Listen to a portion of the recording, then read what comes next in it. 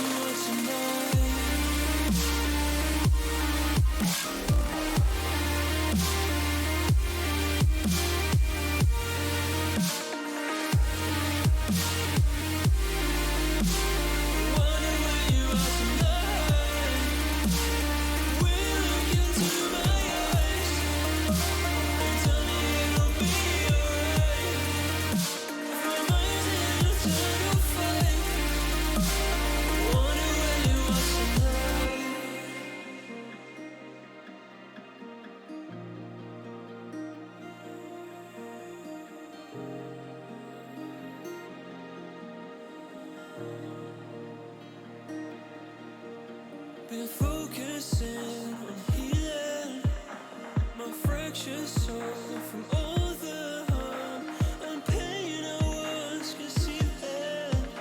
But the storm has come before the calm. When you look into my eyes and tell me it'll be alright. For my mind is in an eternal fight with itself sometimes.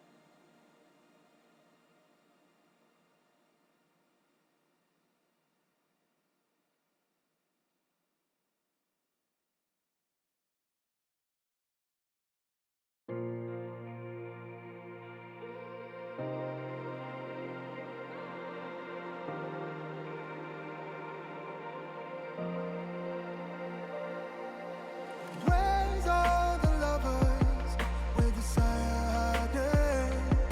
Missing the chance to transform something basic. Where's all the mistakes? Making judgments from skyscrapers. All these days we stand against them. Don't allow them to break you. You're amazing the way you are. I can see those tears falling, but don't allow them to. Don't allow them to break you. You're amazing the way you are. I can see those tears are falling, but don't allow them to.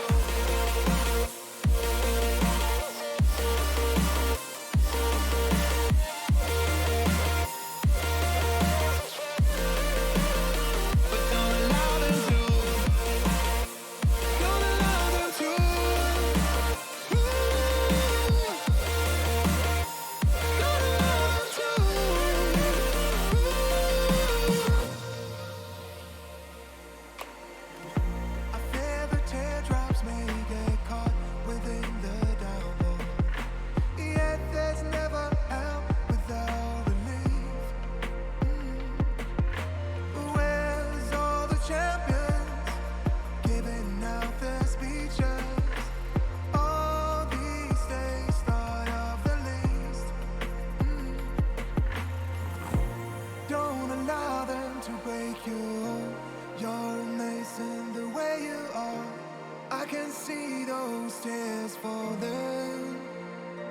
allow them to. Don't allow them to break you. You're amazing the way you are. I can see those tears are falling, but don't allow them to.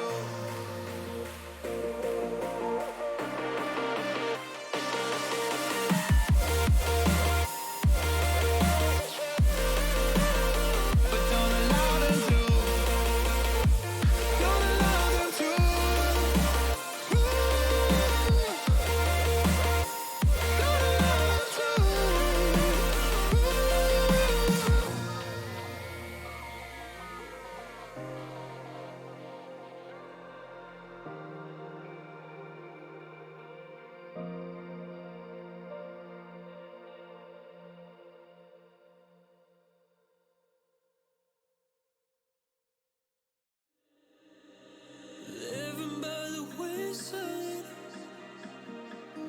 thoughts are getting high. Head feels heavy and I'm blurry-eyed. That's all I know. The pace feels fast. I'm eating without you here. I feel so alone. Energy still depleted. Trying to find a glimmer of hope. Will you look into my eyes and tell me it'll be alright? For my mind is in an eternal fight with itself sometimes.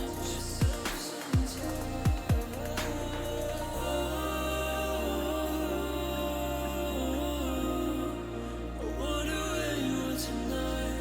I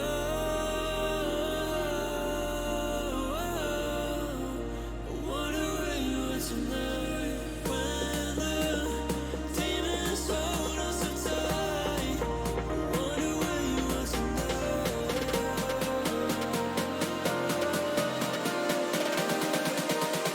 I wonder where you are tonight.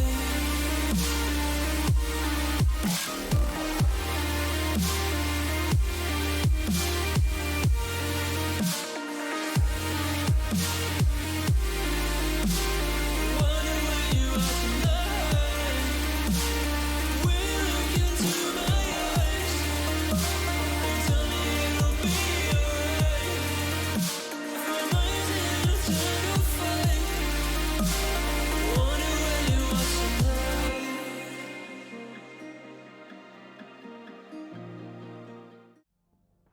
Welcome back, you filthy Valorant casuals, to Season 2 of the Collegiate Valorant League, hosted by the Gamers EDU, hosted by me.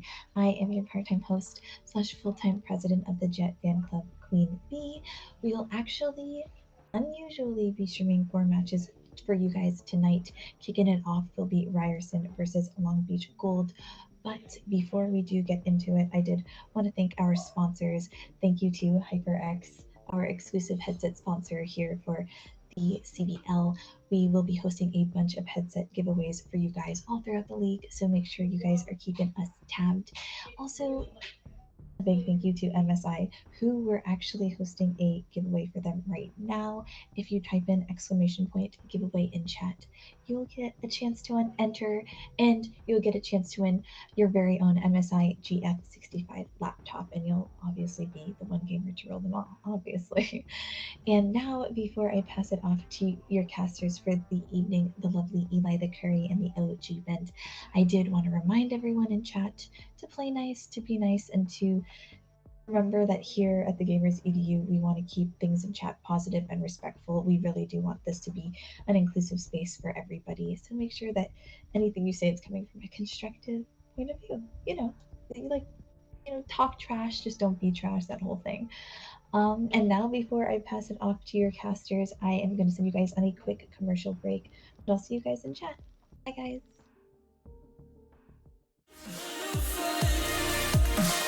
Wonder where you are tonight.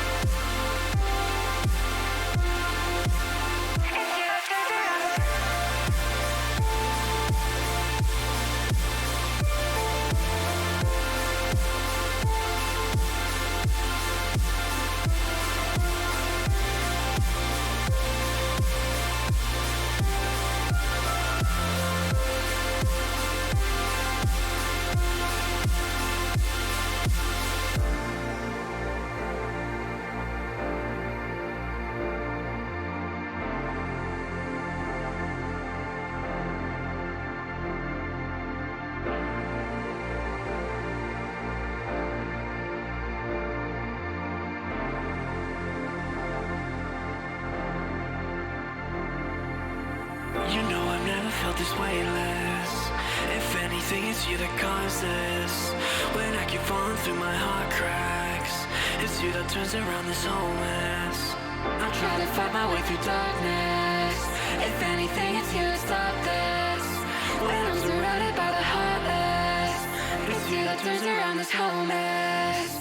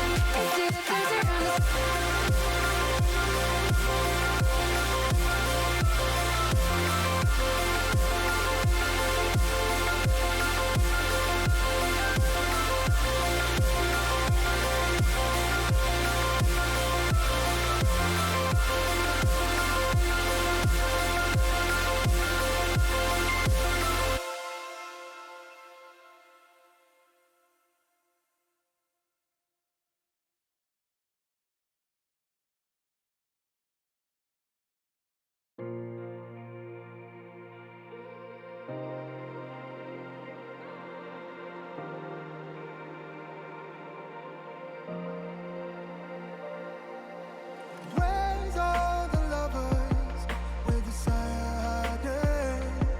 Missing the chance to transform something basic. Where's all the mistakes? Making judgments from skyscrapers. All these days we stand against them. Don't allow them to break you. You're amazing the way you are. I can see those tears falling, but don't allow them to. Don't allow them to break you. You're amazing the way you are. I can see those tears are falling, but don't allow them to.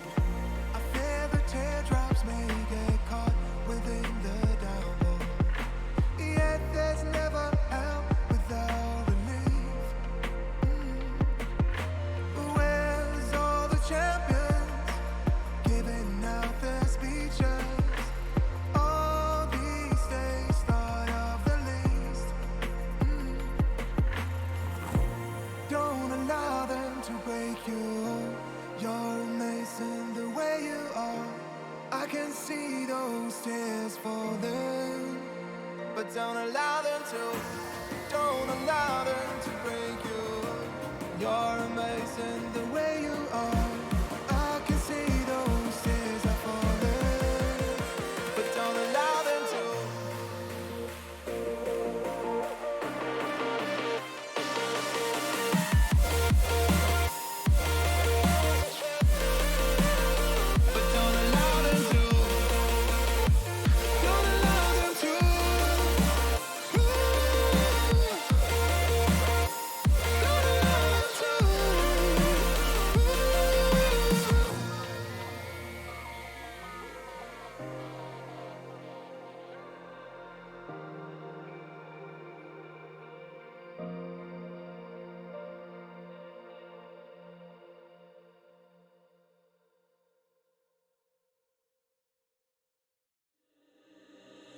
Living by the wayside, distant thoughts are getting high. Head was heavy and I'm blurry-eyed. That's all I know. The pace feels fast. I need it. Without you here, I feel so alone. Energy still to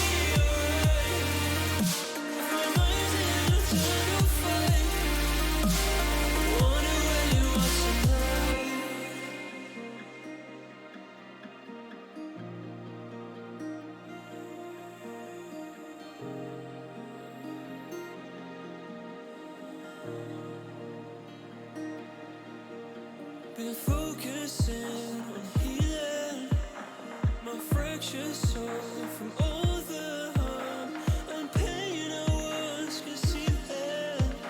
But the storm has come before the calm. When you look into my eyes and tell me it'll be alright.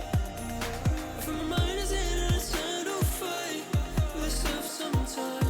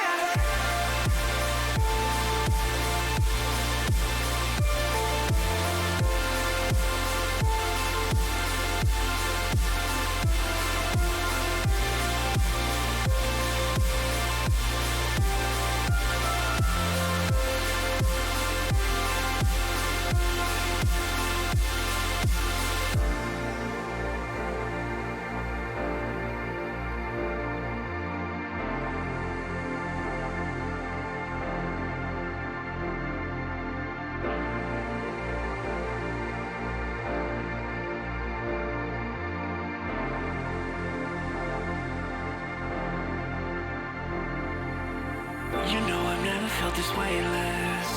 If anything, it's you that caused this. When I keep falling through my heart cracks, it's you that turns around this whole mess. I try to fight my way through darkness. If anything, it's you that stopped this. When I'm surrounded by the heartless, it's you that turns around this whole mess.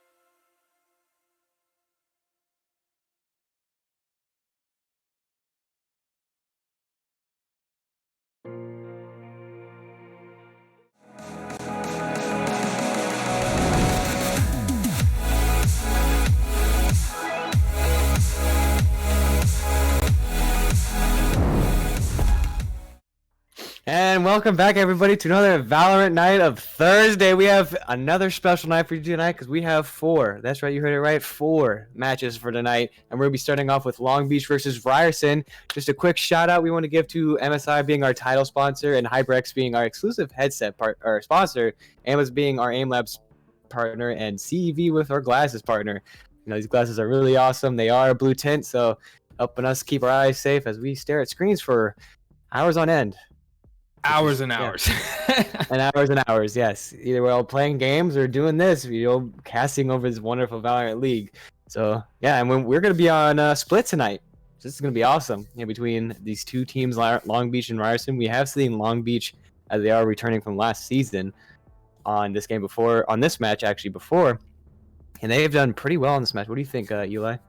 Yeah, Split is an interesting map for the CVL. I think you've seen a lot of upsets tend to happen on Split. It definitely seems to be a map that is like the polar opposite of Bind, where like the higher seeded teams, the teams that are higher in the standings tend to do really well. For Split, it seems like it's a bit more difficult for teams to hold that type of advantage. So I'll be very interested to see what it looks like for Ryerson being a team new to the Collegiate Valorant League to interact with Long Beach in this type of scenario. We'll see, what happens and how things play out. But I'm very excited to see what these two teams have for us, and all the teams, as we're going to be on Split all of tonight and tomorrow as well. What do you expect? I mean, I think I'm expecting at least to see a Killjoy, possibly a Raze. What else? And we gotta shout out to the update today. We are allowed to play the new player. Where the new players now to be allowed to. What's her name? Aries. New agents. Okay. New agents. Is it Aries? I think it's Aries. So that's where now is the one with the new ability to have stars all over the map and you can explode. Her name was an Aries. I thought his name was. Is it Aries? I think it's Aries. I want to make sure I pronounce it right. So let me make sure I look it up so I can pronounce it correctly. Yes, we did. I can't remember. I think it's Aries. Yoru. I want to say it's Aries. Oh no, Yoru was the teleporter. No. Hold on. Yes. Hold on. No. We're exposing ourselves. Look at what look what Ben. I opened up a can of worms and I guess we weren't ready to take care of that. Astra. Yeah. I don't know why I thought Aries. It was close. No, that right? makes sense. Yeah, well, I can see that if you've seen the name and then you're like, yeah, I got it's Aries. It was something close to that. I wonder if we'll be seeing Astra. I wonder if anyone's gonna be playing character Astra tonight. We could see an Astra with an Aries. That's possible. I would not presume that we will see the new agent. However, as these teams have, for the most part, been very fundamental in their picks. A lot of the agents that we've mentioned, like you said, we see a couple of Killjoys locking in here. Prowensic looking like he's going to go with that Jet, as well as we might even see Ray. So it looks like a couple of your picks are looking spot on so far, Bent, as these two teams lock in. A reminder, we will have Long Beach to begin with on the defending side. Ryerson will be attacking to begin. Each team will take turns attacking and defending. And also a reminder that this is our second day of the MSI raffle being open. So make sure you are getting your raffle tickets in. They are raffling off a brand new laptop, the Prestige laptop from MSI. So make sure you get your tickets in for that raffle, because you definitely want to have the opportunity to get one of those for free. Especially if you're in school, you're like, you need something that you can game on and do schoolwork on. I mean, I don't know what's going to be more heavy, but usually when I got a gaming laptop, it's like you start gaming more than you do school. But you can't let that happen if you're in school. So you got to use it for school work, in quotation marks there. I mean, you know what? For these collegians, this is schoolwork in a sense. This is true. This is true. It is part of a school. And who knows, mate? If you do get the MSI laptop, you become the next CVL member. Playing on that Valorant right there. See right now, Phantom here running the Raze. Like I mentioned, this is a pretty standard layout for these two teams. I would say this is what we were expecting. Anarir with a little bit of spice maybe on the Sage pick, but overall these teams have gotten pretty comfortable with these agents and this layout. I like the Sage pick here for Split, as it's a bit of a vertical map, and Sage can alter that pretty well with her walls. She can get characters up in the areas, kind of even out blast zones when on the attacking side, and then defensively, she just shuts down areas and makes it very difficult for people to get around. So you see Ryerson already just rushing right in with a 5-stack on A, almost not even caring about it. But there you go. You see Kylis just getting one kill up top, but not able to clean up the second, as it looks like we see the defending team just wipe out the attacking side, as we only have one left. Woody, being our killjoy, have to try to take out 3 people. And they've got to find a way now to get through this split defense position. Right now, the Long Beach is employed. They've got all eyes on the spike. Know now that Woody does not have the option to grab it and go over to the B site. They're going to have to fight it out here in a 1v3, which is maybe more doable than usual when you're in a pistol round here. As you see, great turnaround there, takes out Spades. And just like that, it's 1v2, gets the second opportunity there. Doesn't get it. But you see now the patience being displayed. Woody gonna swap that classic for a ghost. Up that rate of fire just a little bit.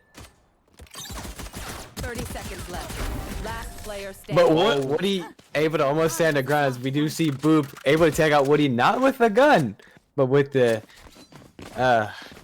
Sentinel or the Sentry drone. Sentry. My brain, sorry, it's still waking up. It's all right. We're here together, buddy. As see Long Beach able to get out to that start. They had a strong lead in that round, and though it did come down to the last 2 killjoys remaining, it is ultimately Boop who gets the final kill.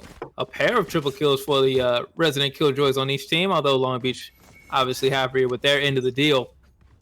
But a dangerous trend to have there when you have a 3v1 that ends in essentially a 1v1. We see Anarir now going to jump out on top. That's what we talked about, the verticality of that wall. That is a battle sage right there.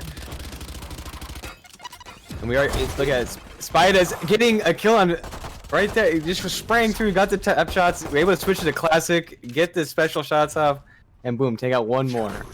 And we are seeing about that is that all the damage that Spades did there did not kill Alden there on the raise for Ryerson, but you see how low they are. So this is almost, there it is, Phantom getting the kill there. This is basically the 5v1 already, and now Kylis, obviously, with very few options to work with, they get taken out. It is a flawless round there for Long Beach. Spades with an incredible defense there on B site, almost single-handedly. Even with that second round, I saw both teams just rushing in. We're not seeing one team, totally dominate over the other.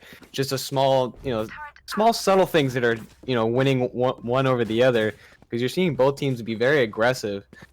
It's great to see that. We're not seeing a total snowball as we have seen these past, couple matches that we casted over Eli. You remember those snowballs that we got? Yeah, we've had some quick rounds in the past couple of weeks.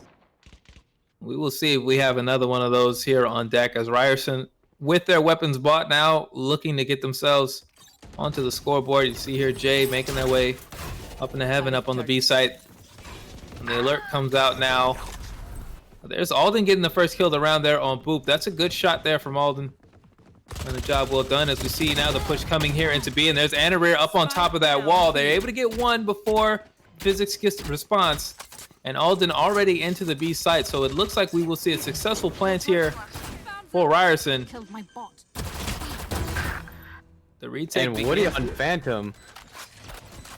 Now how the tables have turned. With now a 3-2 agent advantage lead with Ryerson. Forensic is trying to get an angle on anyone he can. It was a big kill there for Woody to take out Phantom on that flank, because that would have set up a pincher type of formation for Long Beach, and instead you see they have to descend from heaven as Forensic gets 2 there. And there's Alden. And what seemed to be a great setup from the side of Long Beach for Ryerson quickly turned around. Yeah, it's an incredible turnaround there. Well done. Forensics descending from heaven to get a couple of kills there and really open up that retake, really put it into the favor of Long Beach, as they now win 3-0. So they get that bye round here, and you see now the decision making for Ryerson. they're forced onto the save portion here. They're going to get set back economy-wise and really have to wonder about whether or not they have the option, you know, if they don't get one of these next 2 rounds, what they're going to have to do here, because they are now very close to falling out of this first half. Although you see Physics there with the Blaze Storm up. You got to trust your Jet to be able to win rounds like this with that Blaze Storm. But there's Boop getting the kill on Jay. Physics does take out Boop, but not before a double kill for Boop again. And you see Forensic we're able to clean it up with the 2 on the end. Just like that, we have a 4-0. And I wanted to mention, as you said, they were going into that save. They invested heavily into that with the second round, and they did lose that. So now we're seeing them invest again heavily. So we'll have to see if they can pull this off. Otherwise, this is going to end.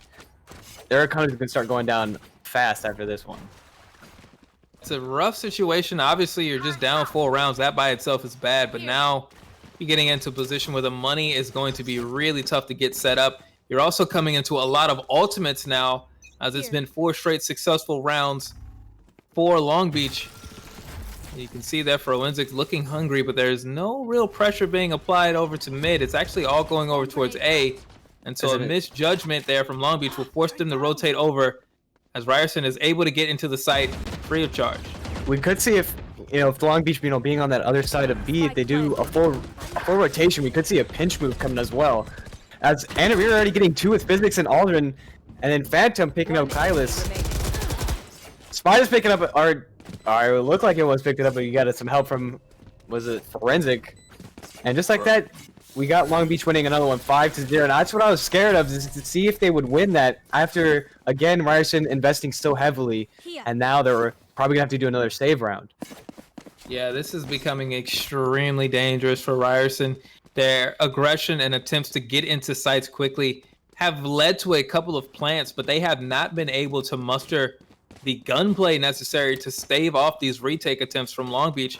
It's really been the job of, you know, Forensic and Anarir Boop as well. They've just gotten multiple kills in each round. So even if Ryerson is able to achieve the objective, they can't hold it long enough to get any of these rounds. And that's only getting harder as the economy starts to crumble under the pressure of this. As we see Phantom again getting the first kill there on Jay. That'll drop the spike. And you see where all the green lights are on. It's all Long Beach on the spike now as Phantom takes out Woody. And, you know, it's very cool to see. We have seen Long Beach before be really good at honestly being a very good defense team, and now to see that they're on defense and being very aggressive, it's just another thing that we're seeing from these teams returning. As Boo picks up 2, and now it's 4-1. The easy flank, and it's all just, I mean, it's all just camping the spike here. But if we do Long have the Beach... Jet's coming up behind him. Oh, never mind. Boop just turned around, just booped him right in the head. And I thought Physics would have killed Boop. Well, it looks like Long Beach has just been, they've been ready to respond, even if they weren't initially present. But that time, we'll have to look at it again to see where Jay was to get taken out and the spike just go down and no one else be able to defend it. I've never seen that play out that way, where somebody falls and the spike is just vulnerable from that. But it's a very fortunate round for Long Beach. Ryerson now, you see investing again. We see Physics gonna pick up the operator. That'll be the first time we see that weapon in this map. So maybe a chance for Ryerson to turn it around with one of the strongest guns in the game. Now we do see Physics on that operator. Have to see if he can get any of those kills, because especially an operator can definitely change up a game. There's Jay again falling first. But then we go see Alden changing around on Spiders. Let's see if you can create a hole in this. But and you're able to take out Alden, and Alden not even getting any kill with that ultimate either. But Physics getting Phantom, possibly opening up a hole on the site of B. It was an impressive quick scope there. As you see right now, and we're gonna get that res up, but it's Wody doing all the work there, getting the punish there on the res, and then taking out Phantom again. So, and there goes the Killjoy here. Push them out of B site. Yeah, and while all this was, we were talking about all this, and this was all happening, 30 seconds but there's left. no spike in the hands of Ryerson. Oh, I didn't even realize that they have the spike there up in heaven. Yeah, this is just Long Beach once again able to play the objective. You see, Physics is gonna have to smoke this in, but they don't have a choice. Physics is gonna have to move in, try to grab this. They have to take this fight with only 10 seconds left. You see 10 Boop there, seconds left. able to angle it off, and now you have a And- split there that's almost impossible to manage. And just like that, we're on 7-0, and it feels like this game has not even gone past 3 rounds, and it's already 7-0 though. As Yeah. Phantom gets the operator pickup, or no, it looks like he's gonna buy it. Never mind. I thought we had a pickup. Well, it looks like I think Anarir had it in hand, but maybe not. As we'll see, it does look like Phantom instead is gonna buy it, and it's just I'm just at a loss, really. This is not the Ryerson we've seen in matches past. This is not the Ryerson that I remember seeing in the WCS, earlier this year. As we see the aggressive push out at Long Beach, maybe this is what Ryerson needs. Is you see Forensic take out Jay, but it's a trade right now as they go tit for tat. Ryerson looking to use that energy and get in as Physics picks up a rifle and takes out Spades. Another quick move there from Physics. Looking like there's a bit of a COD player in Physics right now with some of the speed of these kills. We'll see Boop get 2 before Kylis is able to get the kill, and it's now 1-1. And it looks like Enemy already, just from having that sound cue, knows that he's going over to B site to plant, as he now is confirming that. Have a fire right around this corner. And Enemy here, clutching it up for the 8-0. This game is going by so fast with Long Beach just being on point tonight, getting those kills left and right, knowing where the flick, knowing where to be at. What a great play, from Anamir, hearing that sound cue and following his gut. The crosshair placement was perfect. The timing was exact. Anamir just winning that duel, and now 8-0 for Long Beach. As Ryerson, they're able to equip weapons up again, but I am at a loss as to what we're seeing right now. This is going to be if they do not win this next round, this is going to be their last full buy, and they're going to have to go for another save, and it's going to put them back could possibly put them back another 2 rounds. And they are running out of time. There's only 4 rounds left in this half. You're at a disadvantage heading into the second half no matter what. If you're Ryerson, you're just trying to give yourself somewhere to start. You're just trying to stop digging a hole. They do have the weapons for that. They are getting closer to being able to ult up and win some of these rounds. So, see here with another A-site push, Ryerson looking to start something for themselves as we hear the Reyna ult come out. Physics here gets an opportunity but doesn't hit the shots. Oh, there's a good Physics shot. on Phantom. We do see a lot of the Ryerson agents here are low on health. Wody dies there. They were at full health as well, so there's still 2 very low here. As Spades takes out Physics. Looking for a second there. Not able to find it and is being very patient as Jay takes out Forensic. So it is a 3v1 right now. Spades has a full ult Reyna up against them, and then a low health Omen. This is very doable, but you've got to be precise if you're Spades. They try to fake out the teleport there. Step this, but Jay finds the angle first. And Ryerson gets himself on the board. Attackers winning their first round out of already 9. And even if Ryerson can come back, that's going to be a 4-point deficit loss going into the next half. So definitely the work still cut out for Ryerson, but at least now you get to arm yourself, keep getting your guns up. Although it looks like Physics will save, probably will save this round and then go for an op the next round, as they do have the Blaze Storm up. Oh, just as I'm saying that. Oh, maybe not. Oh, okay, there we go. There goes the rifle. And in the hands of Physics, they've looked really good with one. I'm not surprised to see it. See Phantom getting that grenade over. It's a B-side push that Long Beach is equipped for. As you see the slow come down. Force a bit of time. There's Alden's getting the kill there. Pushing that Sage out of that corner with that grenade was a great play. The attacker Killjoy is going out and pushing everyone off the site. So we do see Spider is just possibly waiting till the last second, getting any kill he can. As Phantom is getting pop shots here and there. Now we only have 1 left on the side of Long Beach against 3 others. Now, who has to make something happen as Woody gets the plant here. Physics and Alden up as well for Ryerson, so it's a 3 stack for them to go into this. And you know they're gonna want this round very badly. You hear Forensic trying to get some shots off. There's an operator, so you have to peek very carefully, even as you have to move quickly in order to get the defuse before time runs out. He has dropped his operator. He does still have his ultimate. This could... We are running out of time. He's going to have to make some type of play. Franklin's going to get one. Gets the peek there, but if you're Ryerson now at this point, you're comfortable with this. As Physics does move over quickly there to get the last kill, but if you're Ryerson, you were very comfortable with the way that was set up. They did a great job defending that spike after it goes down in that 3v1. You don't want to be egotistical. You don't want to take fights you don't need to. And they didn't, as they secure their second round of the half. Still a big hole for them, but this is how you get out, 1 round at a time. Solid plays like the ones we just saw. Placing swarm grenade. We'll see. I have to see if Ryerson can get these next 2 rounds and be able to come back into this next half.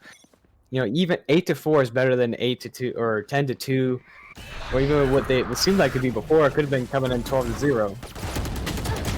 We see Forensic there, just lets Physics get over their head, and they do try to turn and get that. Actually took out Aldens before that. Physics was able to get the kill. Spades was able to respond, but Kylis takes out Spades. There's Phantom with a big horn, and then and get 2. And Defenders were... It's over. It's over, Eli. That round's over. We don't know what else is there. It's done. It's 9-2 now. the work done there by Phantom to get the Raze ult out, then whip out the AK and go to work. Getting the shots off. Got 2 kills there. Spade's doing a great job trading it out. It's been a total team effort for Long Beach. As you can see reflected in the kill feed, everybody above 500 as far as KDA goes, but everybody doing their part, not overexerting, and that has led to this big lead here as we get into the last round. Look at Spades now trying to get the smoke down. You hear the ult coming up here. It's the Omen in Spade's hands, or Odin, I should say. We do, yes, the Odin. If they are going to come through 5 stacking, and it looks like we already got 1 off, possibly 2. It does get 2. He does get Alden even through the smoke. He's gonna pull the teleport, trying to go in there, but was ready for the teleport there on Spiders. Yeah. But Phantom getting Jay with what seems to be a sniper in his hands, but it is a Phantom. Kill there from Odin. They do a good job. Kyle is picking up that Odin. We'll have to see if they can make any work with that Odin that they did pick up, as we do have 2 low players. So we do see the plant going down to A site. And look at that.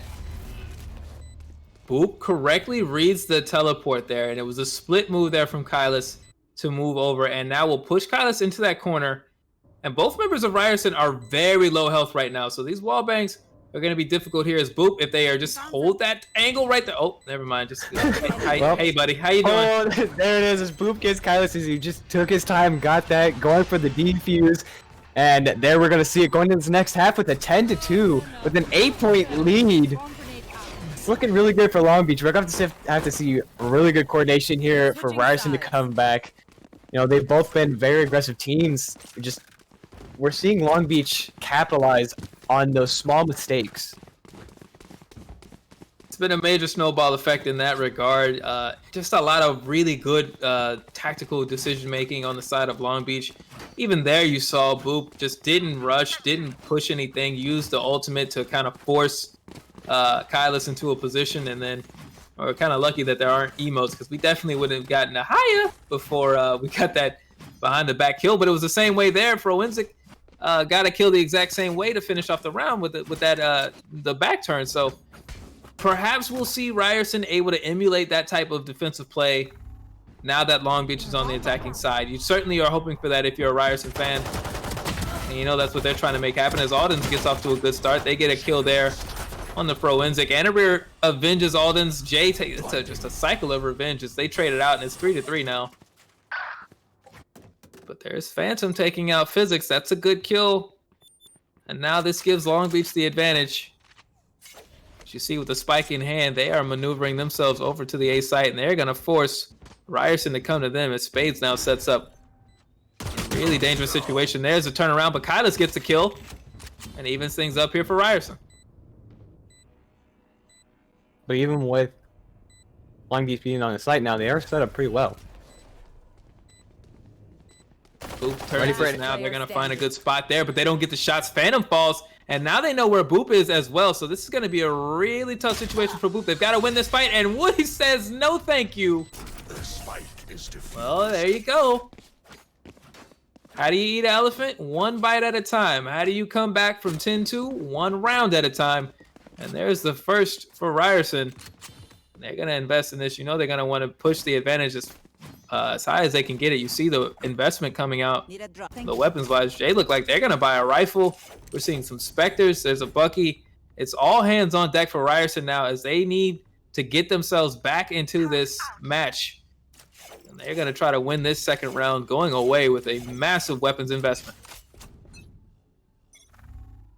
I'm hoping, you know, with Ryerson investing this heavily into this round, they're going to win these next couple ones. As Physics already starts off with a great kill on Phantom, opening that up for their side. Alden again on Anna Rear. And Jay on Boop. Taking out some top fraggers, and Physics taking out Forensic. What a great round for themselves. Great investments there, you know, and the weapons really did pay off for themselves. So we have to see, I would assume that we're going to see an investment coming from the side of Long Beach now, as Long Beach did wait out and get those loss bonuses to now fully invest themselves. Coming back. And we'll have to see if Ryerson's gameplay or gunplay is going to match theirs now. Yeah, it's the buy round now for Long Beach, and you kind of expected this. This is still within, you know, the normal parameters of a dominant victory for Long Beach. On Ryerson's side, you love to see the execution of that buy round. That's one of the things that really doesn't bode well for a team, is if they don't have the mental, you know, durability to win a round like that they should have. Ryerson demonstrating that they're more than capable of handling an eco advantage, and that's what they'll look to get here. See, Anna Rear just get to Jay right through the smoke. They dotted the J, the little dot on the lowercase J said you need to capitalize your name there, young man. As Forensics take out Physics, and now this round is looking dire as two members of Ryerson fall, and they have no reprise. Even worse, you can see the formation, the scramble here. Ryerson doesn't have an angle. There's Kyla's down. It's 2-5, and Long Beach is just out and about. They're comfortable. You see Woody there, walled off. Alden's basically looking AFK now as the spike goes down, but obviously we're just waiting to get the sound cue. But it's a 2v5 retake attempt here. If you're Ryerson, can you afford to just give up this round? As Ryerson, I don't think you can afford to give up this round. This is where you gotta try your best, even with a 3-agent deficit. You know, you're gonna have to try your best to get that back, right? Because after this round, they'll be heading into possibly 11-4. And that's even harder to come back with only 2 rounds away from being, you know, from the win. True, as Space takes out Woody there, Alden will move up into the same spot. They will get a punish there on Phantom as they go up the smoke here, but at this point, you can see it's just a matter of time. The spike will be going off, and Alden's tried to grab that gun. I understand, right? You're not gonna win the round. The spike is gonna go off. You don't have a choice. But to try to secure a weapon there, down in the spike in the site, and then back up the rope, it just the timing for it didn't add up. Move, but it didn't work. So now it would have been a great move for their team, though. Well, I understand it, right? Trying to secure a weapon and save just that much money, but it ended up costing Alden's that weapon. And you see they're gonna buy in here, and they'll be mostly all right. Jay is a little short on armor, but for the most part, Ryerson is equipped here. And we do see the operator in hand, so they are invested here. They have an opportunity. They've got the weapons up. They just need the shots to land. So you see the push now coming into the A site. Jay getting the first blood for the first time in this map. That's got to be a good feeling for Jay, as Phantom does get the reprisal there. There's Kyla's there with a great shot. Physics as well on Phantom. 2 now for Ryerson, unanswered, as Long Beach will scramble over as Space takes out Woody there. So now we see, oh my goodness, look at this. Look at the movement here out of Ryerson. They're moving over towards the B site. but it's a fake out from Anirir, who stayed right where they were, and they're gonna move back into the A site uncontested as Spades takes out Alden and evens things up. With Spades, he's got them convinced this is a B site push. Spike planted. Oh, and now they're gonna have to go all the way around to get to the other side. That's just gonna leave it right open for them. And Spiders gets physics. Oh my goodness! Look at this, Kylus now, the last left of this round for Ryerson, and what was a 4v2 advantage has been whittled away. And there's Spades with their 4th kill of the round. It's a complete turnaround in 1 round for Long Beach as they are now on match point. And we are going to see here, we are seeing only Killjoy have the ultimate here on the side of Long Beach, but we should see Anirir as well get their, and possibly Phantom, so we could see this round go by very quick for Long Beach, as we do see Physics and Jay have their ultimate as well, as Alden is only 1 away, so we could see a possible comeback from Ryerson for this round, but it is match point with 12-4. Long Beach has a lot of room to breathe. It's going to be hard for Ryerson to come back from this as well. Physics is coming out, but Phantom shuts him down right as Physics does start. And now we have to see a full rotation come from the side of Ryerson. This is going to be hard for them to even try to come back. As we do see the plant coming down, Phantom sadly does not get any kills with his ultimate, but is still able to keep people back and not coming forward just yet. And Phantom gets another kill, gets 4. Oh wait, no, he's so close to an ace as well. Attacker's waiting, 13-4. Well, and what seemed to be the start of a match is now the end of it. Very quickly, on the edge of your seats the whole time. If you weren't biting your nails or just sitting there with anticipation, I mean, that's Valorant right there. That was Valorant. If you want to know what Valorant is, that's Valorant. Well, it's a dominant performance for Long Beach. They were, you know, just so ready and able to take the fight to Ryerson at every moment. You see Phantom there finishing the game with a 4K. Boop, who had more than a couple of multi-kill rounds as well. Spades had the 4K and the penultimate round, and I think that really is the story of this this matchup between these two teams. It's just the inability for Ryerson to respond when somebody got taken down. It was just a multi-kill frenzy so many times for Long Beach. Even if they were down an agent or down 2, they were able to rip off multiple kills unanswered and get themselves back into rounds. And ultimately, that's what pushed Ryerson out of position and cost them their opportunity to win this. You saw as soon as Long Beach opened up any part, you know, their team getting that 1 kill, they just opened up that one side in their armor and they just went in and tore it apart. They just, without Ryerson even able to come back and patch that piece and close that hole, you know, Long Beach just flooded in, got it all, just took them out. They just had perfect coordination this time around, and they were able to use that to their advantage. You know, even being able to 5-stack and 4-stack sides and just being able to switch it up, keep them on their feet. You know, Ryerson never was completely sure of where the spike was always going to be planted either, especially when they were attacking. Well, there you go, folks. That will do it for our first match of the evening, but we are here for a quadruple header, so we've got quite a bit of Valorant action left over for you. When we do come back, we will have Texas A&M going up against CSUF, so we will get some Texas versus California action. Later on in the night, we will also have the University of Houston going up against North Texas as we get a Texas v. Texas tilt. And then to end off the night, we will have San Francisco State University going up against Cal State Dominguez Hills. So, like we said, a lot of Valorant left for us tonight. But for the OG Ben, I'm Eli the Curry, and we will see you all on the other side of this break. All right.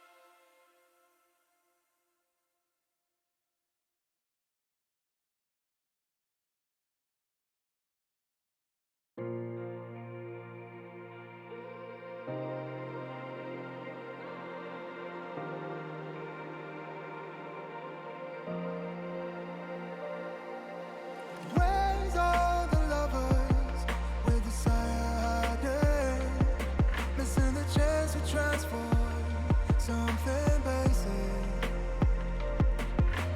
Where's all the mistakes? Making judgments from skyscrapers. All these days we stand against them. Don't allow them to break you. You're amazing the way you are. I can see those tears falling, but don't allow them to. Don't allow them to break you. You're amazing the way you are. I can see those tears are falling, but don't allow them to.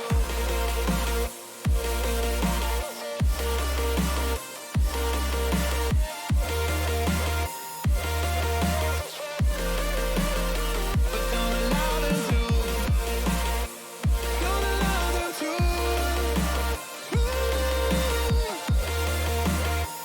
Don't allow them to.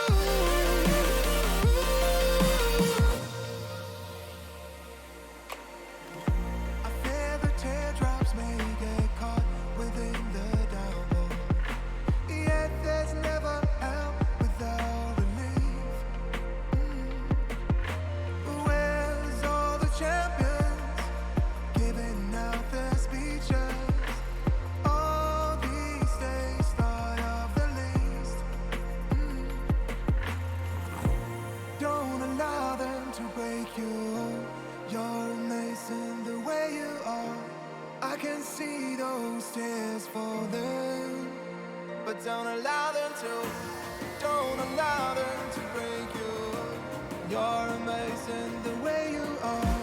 I can see those tears are falling, but don't allow them to.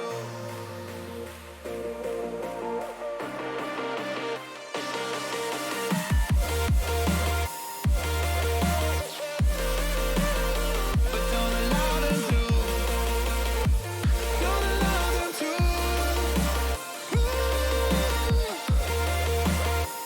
Don't allow them to.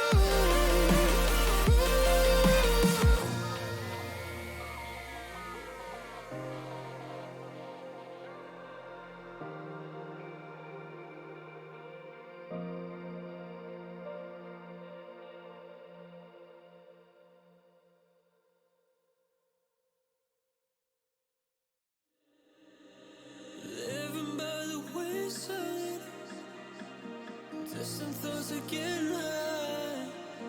Head was heavy and I'm blurry-eyed. That's all I know. The pace feels fast. I mean it. Without you here, I feel so alone. Energy still depleted. Trying to find a glimmer of hope. Will you look into my eyes and tell me it'll be alright? If my mind is in a Welcome back, you filthy Valorant casuals. We are in season 2 of the Collegiate Valorant League, hosted by the Gamers EDU, hosted by me. I am your part-time host slash full-time president of the Jet Fan Club, Queen B. We have 3 more matches lined up for you guys tonight. The next one being TAMU versus CSUF Orange. But first, I did want to take a moment, thank our lovely sponsors. Thank you to HyperX. They are the exclusive headset sponsor for the CVL. We will be hosting a bunch of different HyperX headset giveaways all throughout the tournament, so make sure you are keeping us tabbed even on days when your favorite teams aren't playing, because that could be one of the days that we're doing a giveaway. Also, a big thank you to MSI. We are currently hosting a giveaway for them. If you type !giveaway in chat, you will get your chance to enter and win a prestige MSI laptop. It'll be super good for gaming, for school and gaming. You can do both. But make sure you enter now, because this giveaway does not last all throughout the tournament. In fact, it's only gonna last a couple more days, so making sure you are taking full advantage of that. And now, before I pass it back over to your lovely casters for the evening, Eli the Curry and the OG Bent, I did want to remind everyone to please be positive in chat, just to keep it positive in general. We do want this to be a safe and inclusive space for everybody. You can totally talk trash, just don't be trash, there's a difference. And now, before your casters take over, I am going to send you guys on a quick commercial break. Make sure you guys are hydrating and posture checking, and I will see you guys in chat. Bye.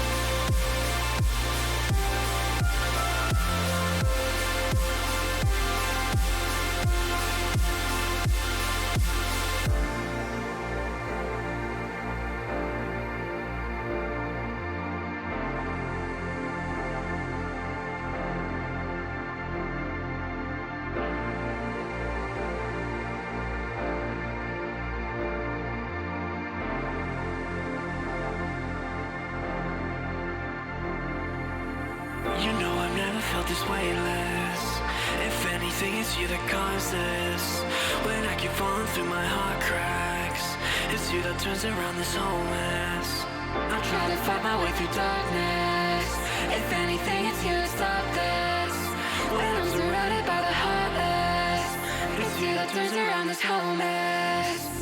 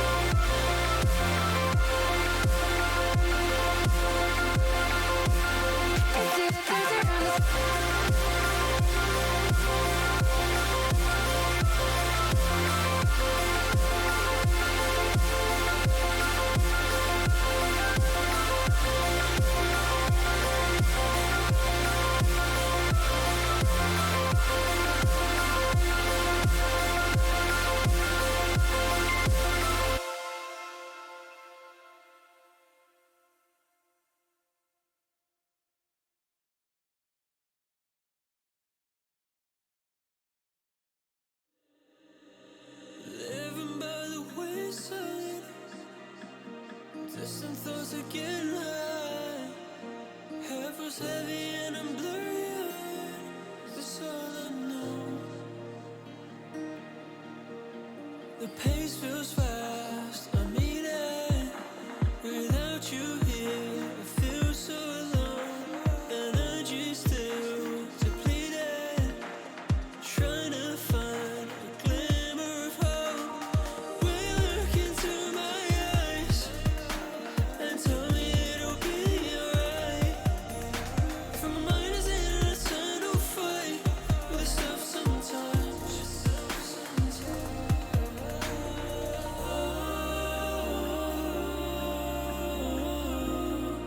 I wonder where you are tonight. I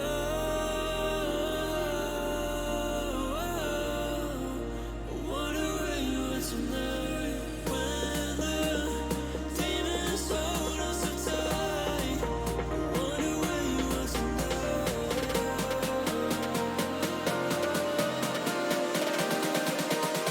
I wonder where you are tonight.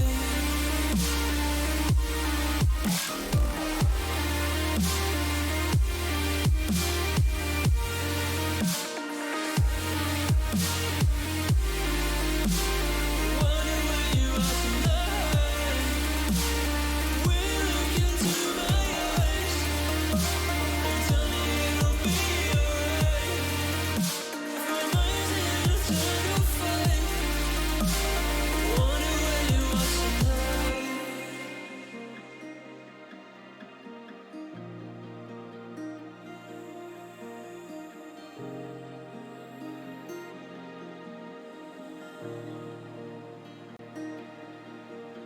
Been focusing on healing my fractured soul from all the harm and pain I once concealed.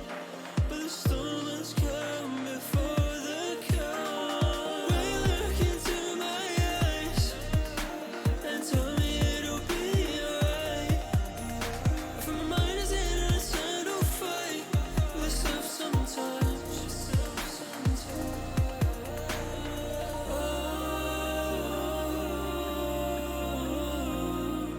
I wonder where you are tonight. I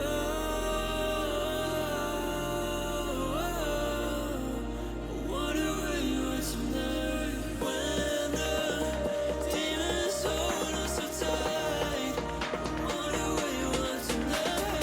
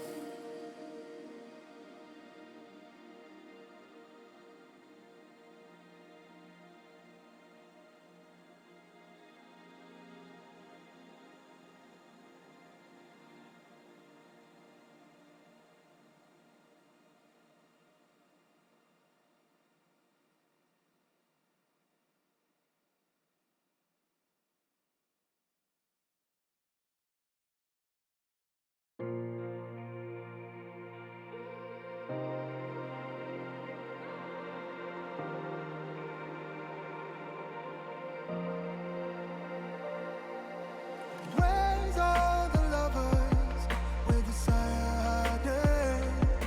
Missing the chance to transform something basic. Where's all the mistakes? Making judgments from skyscrapers.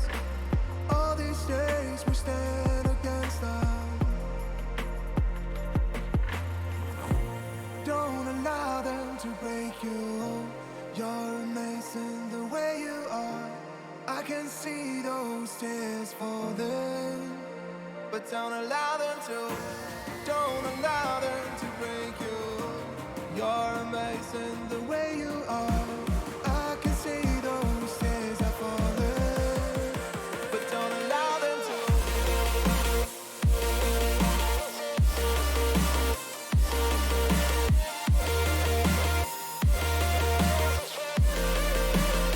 But don't allow them to. Don't allow them to.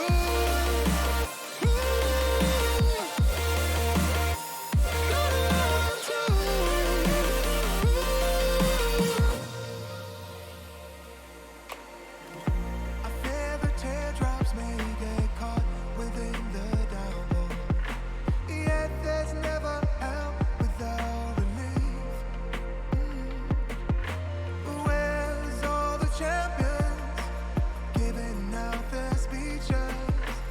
All these days start of the least. Don't allow them to break you. You're amazing the way you are.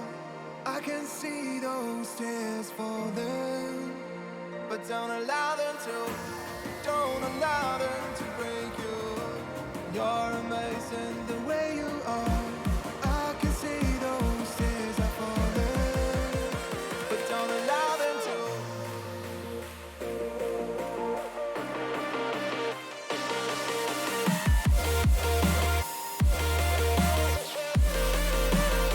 But don't allow them to.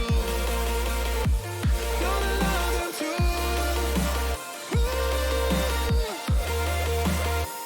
Don't allow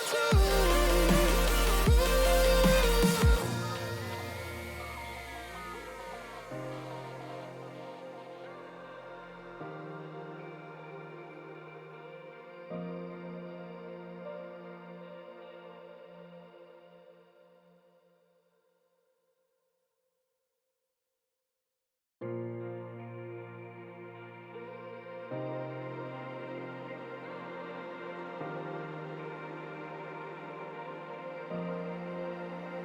to. Where's all the lovers with desire hiding? Missing the chance to transform something basic. Where's all the mistakes? Making judgments from skyscrapers. All these days we stand against them. Don't allow them to break you. You're amazing the way you are. I can see those tears falling, but don't allow them to. Don't allow them to break you. You're amazing the way you are. I can see those tears are falling, but don't allow them to.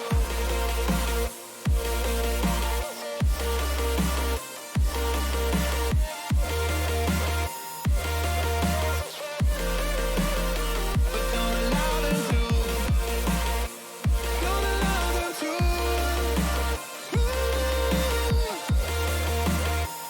Don't allow them to.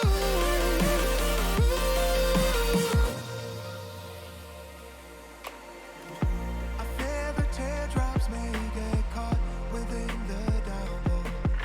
Yet there's never help without relief. Where's all the champions giving out their speeches? All these days start of the least. Don't allow them to break you. You're amazing the way you are. I can see those tears falling, but don't allow them to. Don't allow them to break you. You're amazing the way you are. I can see those tears are falling, but don't allow them to.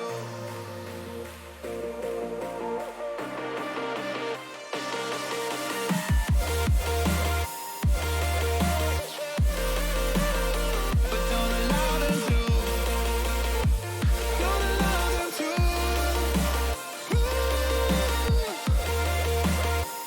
Don't allow them to.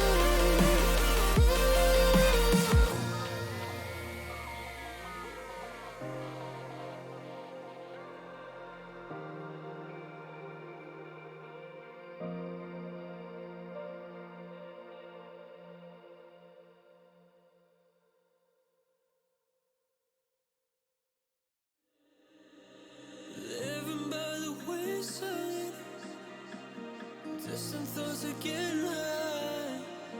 Head feels heavy and I'm blurry-eyed. That's all I know.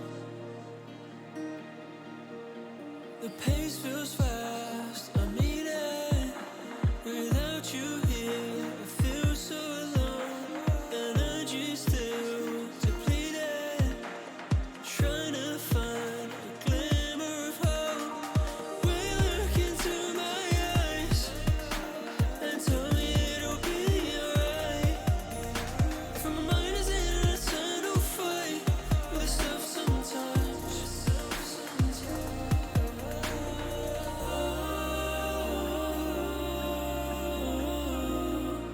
I wonder where you are tonight. I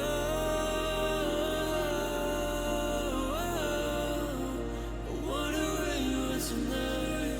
When the demons hold us so tight. I wonder where you are tonight.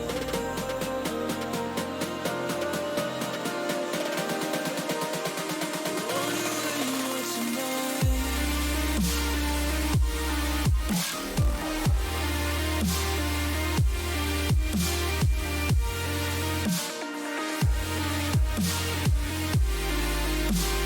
Wonder where you are tonight. Will look into my eyes and tell me it'll be alright. My mind's in an eternal fight. Wonder where you are tonight.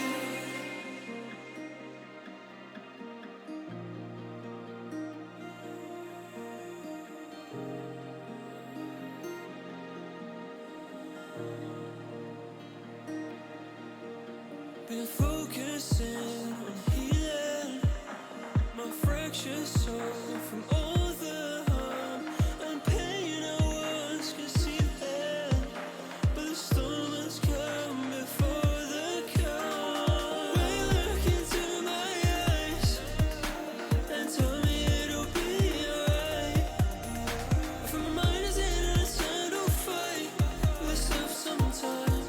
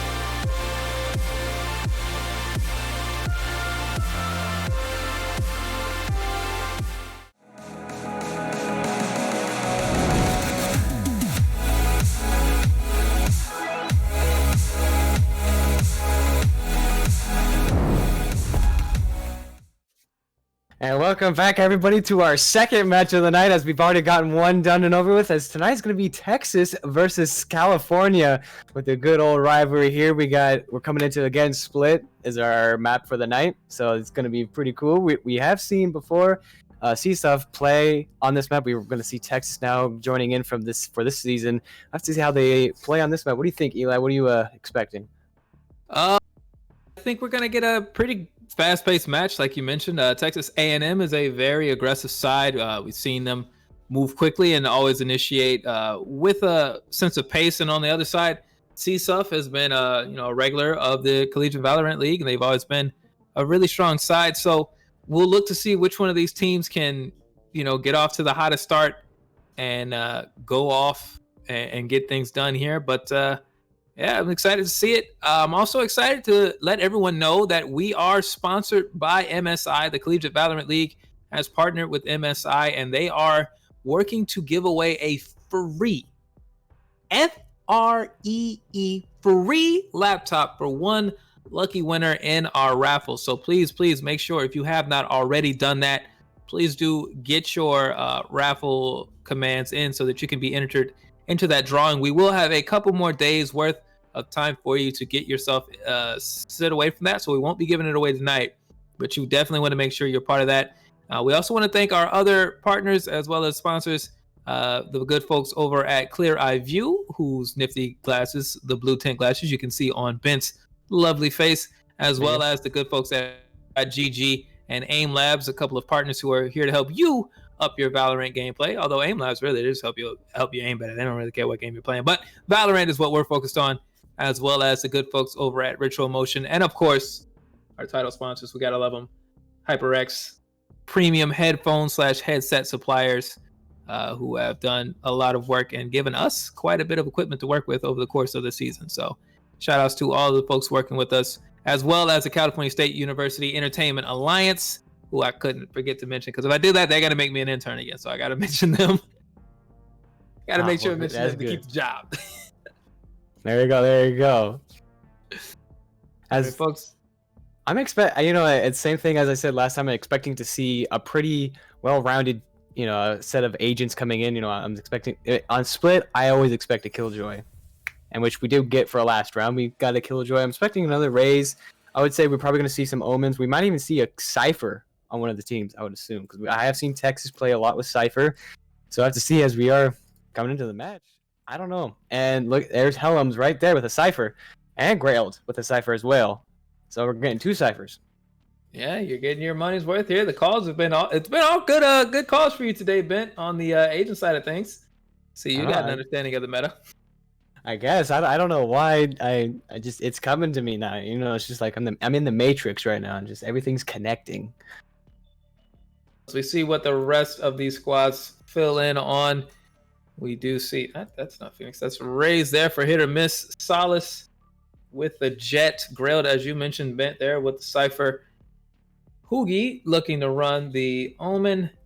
And Palfo has yet to decide. We see Sage. We see Sky.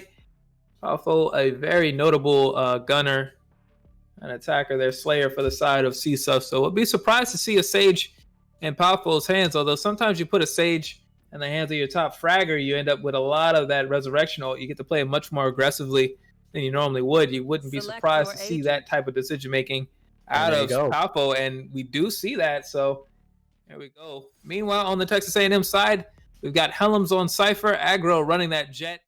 Dill will be playing Reyna. Jim Jones fan will be handling the Sage on their side, and Dan will be running Omen. So no Killjoy for either team in this lineup, but we will see a couple of Cyphers and a couple of Sages. So we'll have to see which team gets the most out of their agent as they begin here.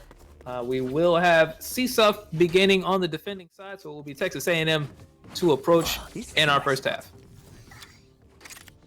That goes there.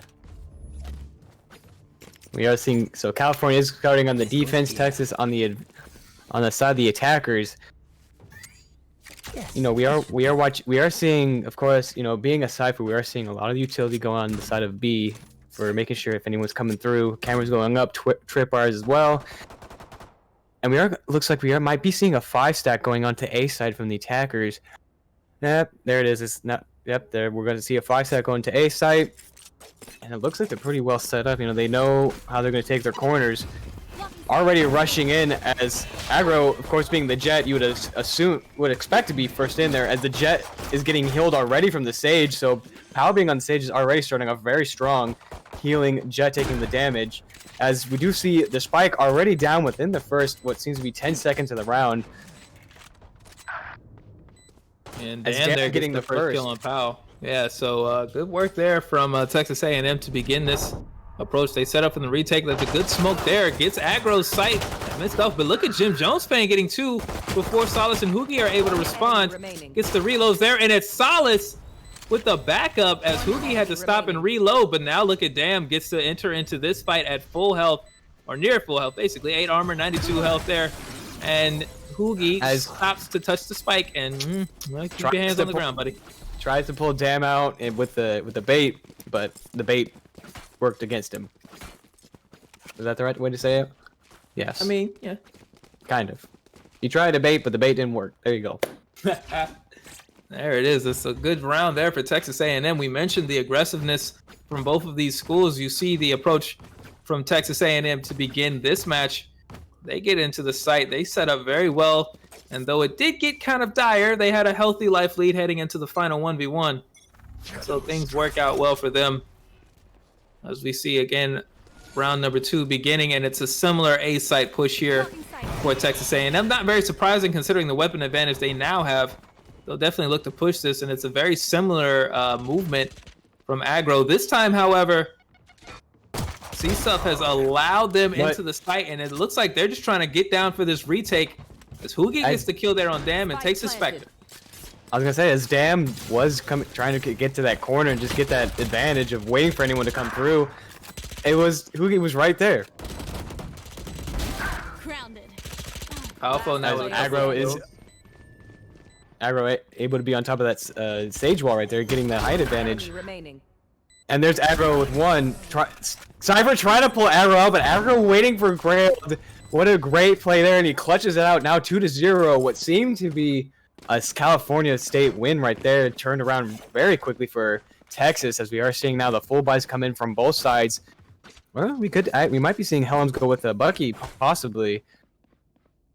Which would be interesting for a Cypher, because a Cypher usually stays back, and having a shotgun, that means the Cypher's going to be getting up really close. See if the investment does come here. We see a lot of these buys in the second round. If a team has lost a couple in a row, they're going to get their max loss bonus pushed in if they do. So the chance to invest now if you're CSUF and finally get around on the board. As we see Hoogie taking out Dill to begin with, that's a good start. Solace getting slowed down there in heaven, and you see the benefits of Jim Jones' aggressiveness and slaying power as they're able to get that res up, and aggro takes out Hoogie. So now it's an agent advantage here for Texas A&M as the Spike goes down. We also see a bit of healing there coming out as well. So Sage really making things work here as hit or miss is going to come down, and they're not looking up. Dam gets a free kill there and gets powerful before they can turn it. As it's right now, it's a 5-2 agent advantage on the side of Texas, and Texas is set up. Even though they have lost 1, they are ready to take another kill. As aggro does take out Solace, and just like that, attackers winning now 3-0. Coming into this 4th round, we're going to see a full buy from the side of Texas, and we're already going to start seeing save rounds coming out of the side of California. What do you think, Eli? How do you think it's going to start going now? Well, certainly a rough start for CSUF as they've fallen behind now 3 rounds. You see they're forced to save up. Again, they wanted that 3rd round and they didn't get it because Texas A&M has just been on point once the guns start blazing. And they're not leaving CSUF a lot of time to get themselves situated. They are pushing the site aggressively. It's been all A site pushes here. Now, with the save round, you see the split now slightly on the side of Texas A&M. As they leave their Cypher over on the B site to gather what information he can. But they're aligned up here to start pushing this again. And there's Powerful now out trying to push, make something happen in mid, maybe cut somebody off. We saw that happen in the last game where the Spike fell in mid and the defending team was able to move themselves around. But in this case, I'm not so sure it'll be able to happen. We'll have to see if anyone... And Dam taking down Solace, even with the Blade Storm. And even able to take out one more. Oh, there's aggro taking out hit or miss. Almost getting caught, you know, thrown down to smoke. Aggro knowing there's somebody, they're not able to kill him as Dill does take him out. And just like that. Great shot there from Pick. Powerful to take out hit or miss. We are seeing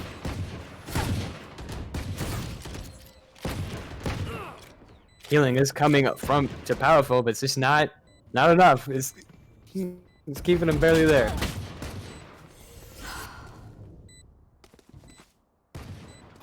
The angle there, but the wall was up, protected it, and that's one of the values of that Sage wall. Allows you to be a little bit more concerned as Powerful still able to get the turn there on Jim Jones fan, even though the gunshot was a bit preemptive. There's Helms getting punished, trying to come through the Cypher cage. Grailed able to defend it, and even with the weapons disadvantage, CSUF able to pull themselves right up by their bootstraps to get themselves a couple of weapons. Now they have a couple of rifles that they'll be able to scavenge off of the corpses of A&M members.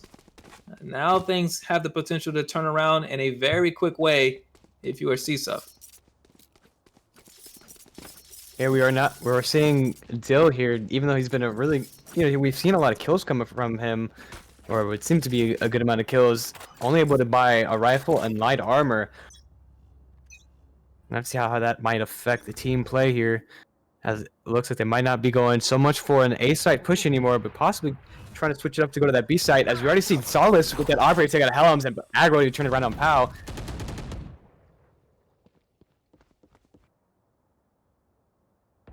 We are waiting for Dam is waiting for that rotation to come around from A site if anyone's trying to leave and go back to B. As we are seeing as aggro takes out hit or miss right through the smoke with a great shot.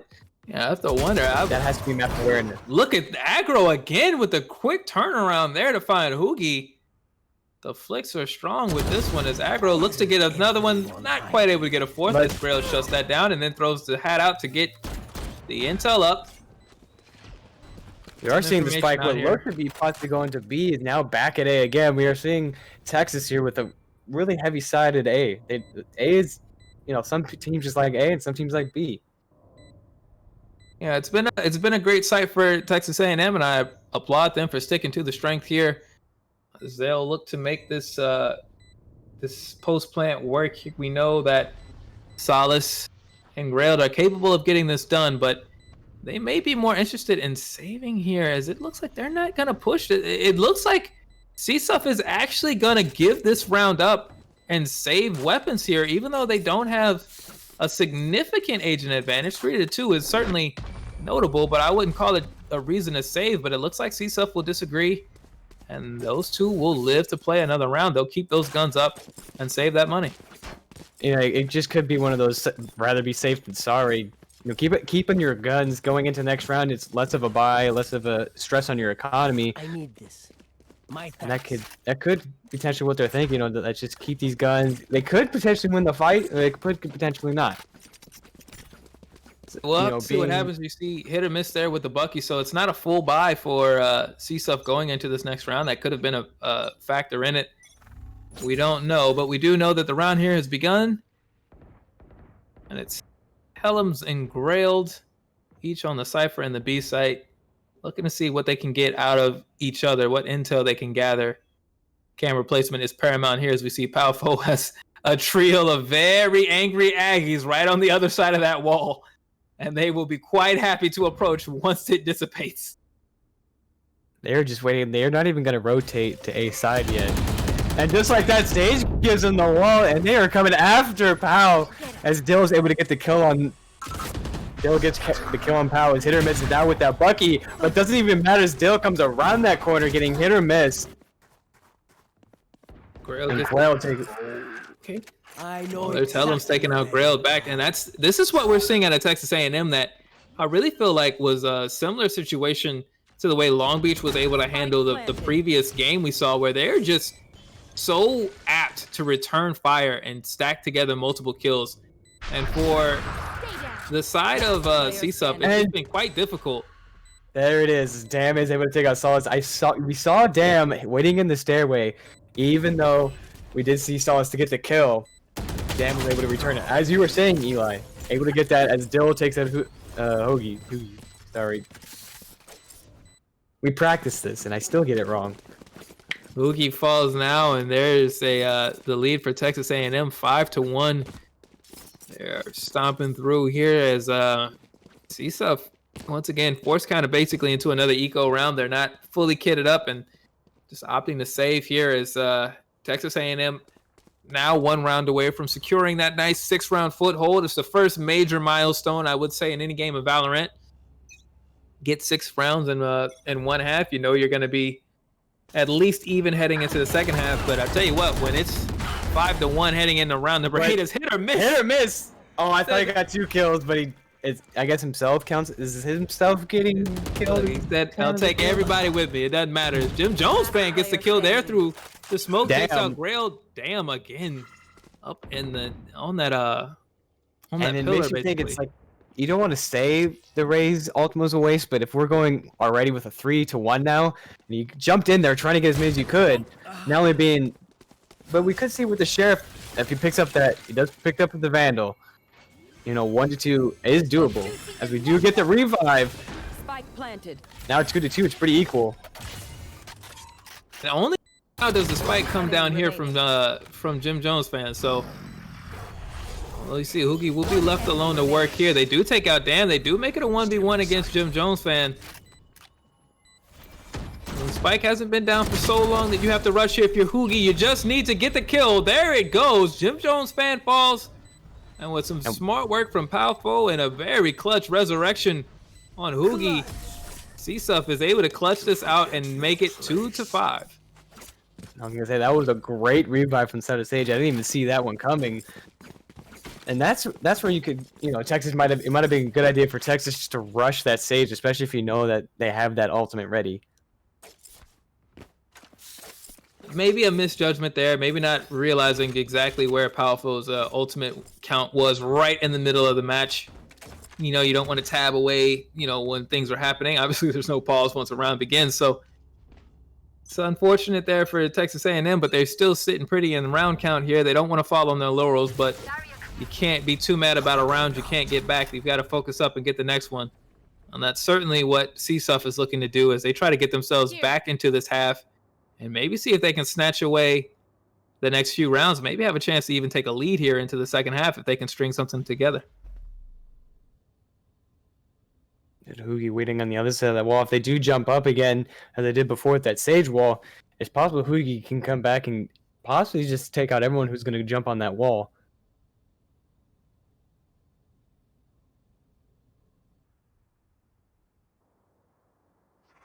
Shadows traveling. As it is quiet, we have seen so much aggression. It's interesting to see that they are pulling back now and trying to pull out Hoogie from being in that B-side hallway. But Hoogie able to get aggro. Now everyone knows that Hoogie is there. To see if Hoogie's going to pull back and go through vents back to A-side. And it looks like he did. Hoogie did pull back, go back to A-side. As we are seeing an A-side push now. As Dam gets trapped by a tripwire 30 seconds left. and a Cypher cage. That definitely puts the information out now for CSUF to know that the push is towards A site once again. As we see, Grail gets Jim Jones fan to fall, and now Dill stuck here as Solace takes out Dam. The spike is down, but it's a 2v5 for Texas A&M, so they're gonna need major work to be done here. Dill takes some trouble through them boxes. They get taken out through the box. And now it is one left. Helms, you got to do something really special right here, fella, but won't happen. They do find hit or miss, get themselves another ult point, but it will be Powerful getting the last kill. And naturally, you're going to let your Sage get the defuse because you want her one step closer to being able to revive you. We have seen that Sage revive come in very clutch, as we already saw it come in clutch.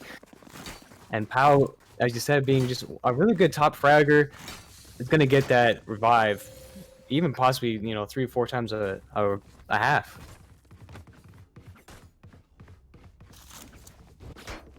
That's something that definitely, it's really scary, really frustrating, to be honest, in a game like this where the consequences for a miss, you know, angle approach or a missed shot can be very dire. You know, a Sage, especially one who stays equipped, is really able to change things around. But so far, it's been CSUF weathering that storm and making things work. They've gotten their second round in a row. And even though Aggro is able to use this Blaze Storm and get through here, as once again, the A site is given up by CSUF, but they've been really comfortable in the retake, so this may have just been something they're willing to forfeit the A site push as long as they can set up and attempt to retake at their own pace. They don't have to do it down in Agent. Everybody's up for this. If you're CSUF, you see Hit or Miss getting those grenades out there. It's almost done there, but there's Aggro with a great shot on Hit or Miss. Grail is able to get the revenge, however. And now we see Solace. Oh no, you're down there with an operator. That is close range weapon with operator. Tried to get the no scope in him, but it did not work out for him. Look at this quickness, however. Pablo gets 3, gets a res. Looks like they may get another defuse as well. And that's the second time we've seen Pau go with his ultimate. As we said, you know, we're probably going to see Pau get the ultimate 3 to 4 times per half, as we've already seen 2. And I'm expecting to see at least one more. Well, you know that's something that every team wants, right? You want your Sage to get that resurrection as many times as possible. That's why I brought it up. It doesn't surprise me to see Powerful going with Sage because he's been such a dynamic shooter. He's been such an able slayer. Well, if he's getting kills every round and if you're on defense, he's getting the defuses. Like you said, he's stacking up ult points in bunches, and it's really helping CSUF get themselves back into position. As we see Solace there, unfortunately, doesn't get the kill, but it's a good shot to stack on some damage to Hit or Miss. That lot of damage on Hit or Miss. Or that was actually Aggro who took all that damage. Sorry, that was... Oh, yeah. Okay, I was Texas following your lead on that one. As Dill takes out Solace. And Aggro gets 1, not able to change it to the second one. Spike planted. But it looks like we did see...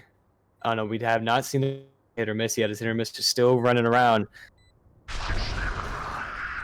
And we do see the teleport come from Hoogie. Looks like it was a... Shadows traveling. It's a feint to try to draw attention out, but look at that. Ooh. Damn, just being patient and getting that kill as Grail now is being the last one. It is switched around. Attackers now it's at 6-4, and as you said before, you know, being at least 6 points coming into the next half, that's where you want to be even at. You don't want to be too much of a deficit, so that we are seeing it even. And we could possibly see, you know, 6-6 coming into this next half, or even 8-4. You know, it's still up in the air. We'll have to see if Texas is going to take this, you know, these next couple wins in this next half, or maybe CSUF is going to come back and get those 2 extra wins. It's been back and forth between these two schools. It was a strong start for Texas A&M, and they looked like they were, you know, set to take this, but there's been a lot of fight out of CSUF as they pulled themselves back into this. See Solace there once again. Solace has been able to use that operator quite a bit, but we haven't really seen the impact you want to see out of a 5,000 credit weapon as they're forced out of this. They've been pinched up, and there's Boogie actually coming through to get 2, even as Solace, and I believe that was Hit or Miss fell. And it looks like what happened was Hoogie actually was able to teleport into the area and save that operator. 1 enemy remaining. Dill takes out Powerful. Jim Joe's fan takes out Grailed. Hoogie now left all alone here, and there's Dill with the crossfire. Great shot to take out Hoogie and snuff out any chances of a comeback here, as it is now 7-4 Texas A&M. They have secured at least a 2-round advantage heading into the second half. They are in prime position here. As you see, the weapons are not looking great for CSUF. Even we have seen it before, you know, teams not having the best weapon selection have come back, so we could possibly see stuff winning this round. But as you said, we are seeing a full buy on the side of Texas A&M, but we have seen Powell with that Sheriff take out many before, so we'll have to see how he's going to take this, as he's not able to get those headshots right off, and he does push Powell out, now leaving that site open for them just to run in, set up, and get that spike down. Another great shot from Aggro. It's another great initiation from Texas A&M. This is their first time now moving over to the B site, and they get the first 3 kills of the round before Solace is able to take out Aggro. But with Jim Jones fans still up, actually, you know what, with Dill taking out Solace, it kind of doesn't even matter. It's just Hoogie left. They get the kill there on Dam. They take a lot of damage. They get tagged up. And there you see Jim Jones fan. That's what I was about to mention. With all the slaying Jim Jones fan had done, you knew he was going to get his ultimate before long. And there's Dill to close out the first half with the judge kill on Hoogie. And it is 8-4 for Texas A&M. Now coming in with that 8-4. We did see a lot of back and forth in these pistol rounds to start off with. Do you think we're gonna see that again, or do you think Texas is in that mode right now, just continually just going forward and having that momentum on their side? Well, I'll tell you this. I look at the weapon selection from Texas A&M, and it oozes confidence to me. When you see the ghosts out, it just tells me the speed that they're looking to play at, right? That they're looking to get in and make things happen. I really feel like that energy right now hasn't been matched by CSUF. Not that I think they are incapable of matching that speed and precision. We've seen this CSUF side even this year perform to that level, but right now it looks like they are caught on a flat foot. And I wouldn't be surprised if Texas A&M pushed that momentum and were able to make something else happen. But you see right there, it's Palpo trying to set up, and damn misses the shots. Palpo was dead to rights there. And instead, we're going to get an initiation here from CSUF. They're going to get in cleanly as Solace takes out Jim Jones fan. What an error there as Dill gets 2, however, to even things up. And Helms takes out Palpo. So Texas A&M is still able to make things work even after the blunder from Dam. It is Texas A&M who has the agent advantage as they turn the corner here. They look to get pressure. Helms takes out Hoogie. Grail finds Helms, and Dill gets their 3rd kill of the round. Look at Texas A&M winning this pistol round after a plant from CSUF. That was very interesting to see how Dam was on top of the wall, had the advantage and everything, and Sage being stuck putting up the wall, and Dam still did not get the kill. He did hit his shots, but it just didn't go all the way through. It was a little errant, a little too excited. Maybe expecting that, Palpo was going to get the drop and get the gun back up quickly, or, somebody's going to come around this corner. It's very common in Valorant. You only have, you've got a few frames really in some of these situations, just a few tenths of a second really to get your bearings and get your shots off before something dramatic had happened. But in that case, Dam had more time than he anticipated. Fortunately for him and for Texas A&M, it really didn't matter too much as, Dill and the rest of the Aggies come together and pull that round out. They get themselves up 9-4. And now it's a very dangerous round here, I think, if you're CSUF, because you can't really afford to fall behind economy-wise with this big of a deficit. At 9 rounds already, Texas A&M is in great range to start winning if they're able to get kills like that. There's 3 right there, the flawless, and there was a great investment from the side of Texas. And as you said, CSUF is now starting to fall behind. Even though they do have that loss bonus, I would assume we're gonna see an invest from their side, and Texas might invest again, even after getting that loss. They might switch up some weapons, but this is where we're gonna have to see, as we're already seeing an operator on the side of Dill, and I'm not sure if we've seen an operator. Oh, never mind, he switched it up. There was a quick thought there, I think, on the side of Texas A&M, whether they want Dill to try to, fully break the back of CSUF, or are they going to just try to play it a little bit more defensively? As you see Dill get the kill there on hit or miss, you can use whatever gun you want if you're going to be on point. As Pepper does change it on Dam, so we're still seeing an even agent advantage here, or even agents. And they're breaking Palpo's wall. There's Solace getting the kill on aggro back on the other side. So the attention now a little split. And you see that's pulling Jim Jones fan back and forth between that B site and mid. As the work goes down on the A site, it's Helms who takes out Grailed. Spike is in hand for CSUF, but they do not have an agent advantage and they do not have an angle. As you see. Last player standing. And there's Helms taking out Solace. Is now Hoogie being the last one with the spike. We have to see if he's going to go for an A-side push still, or he might try to rotate back around, but too late. Helms does take out Hoogie, with now ending that round with 3 kills, 11-4. It seems, they did come to this next half with a deficit, and like I said, I was wondering if they were going to be able to stop Texas. Once you get on that mindset, you're just rocking and rolling. They've been able to keep that. They kept that aggression. They've been working together, making sure all their shots have counted. As you said, we've seen so many flicks from them and just shutting people down. And now we are seeing CSUF fall behind that in the economy. So what do you think, Eli? Are they going to be able to stop this, or are they going to be able to come back? Well, they're down on this round, obviously, to start out with. You see the pistols in hand.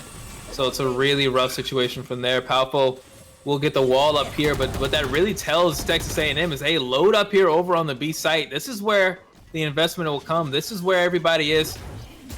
ready to throw things down. We heard the Blaze Storm come out here, but it's Aggro who starts things off with the kill on hit or miss. Solace is able to trade that back out with the Blaze Storm.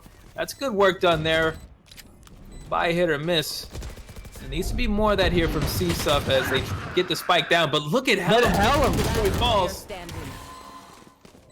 Did Helm fall? I didn't know if he fell or not. Yeah, he was taken out, but it's just the Aggie. It's just the retakes right now for Texas A&M are so strong. When they step through the doors to fully commit to a retake, they just like come with an avalanche of weapons and just their shooting is so strong that you can see CSUF, they know what they're supposed to be doing, but they have not been able to muster the momentum necessary to get any of these post-plant defenses work. And when they were, defending on the first half with CSUF, they weren't able to withstand this. It's just been too much coming out of the gates from Texas A&M, too strong when they fully commit to any of their pushes, and it's just pushed CSUF now to match point. And I don't know, Ben, looking at this, if CSUF really has much of a response, because it's just been so much, so fast for Texas A&M. You really need somebody to step up and win a couple of fights back to back to really show that there's still fight left for CSUF.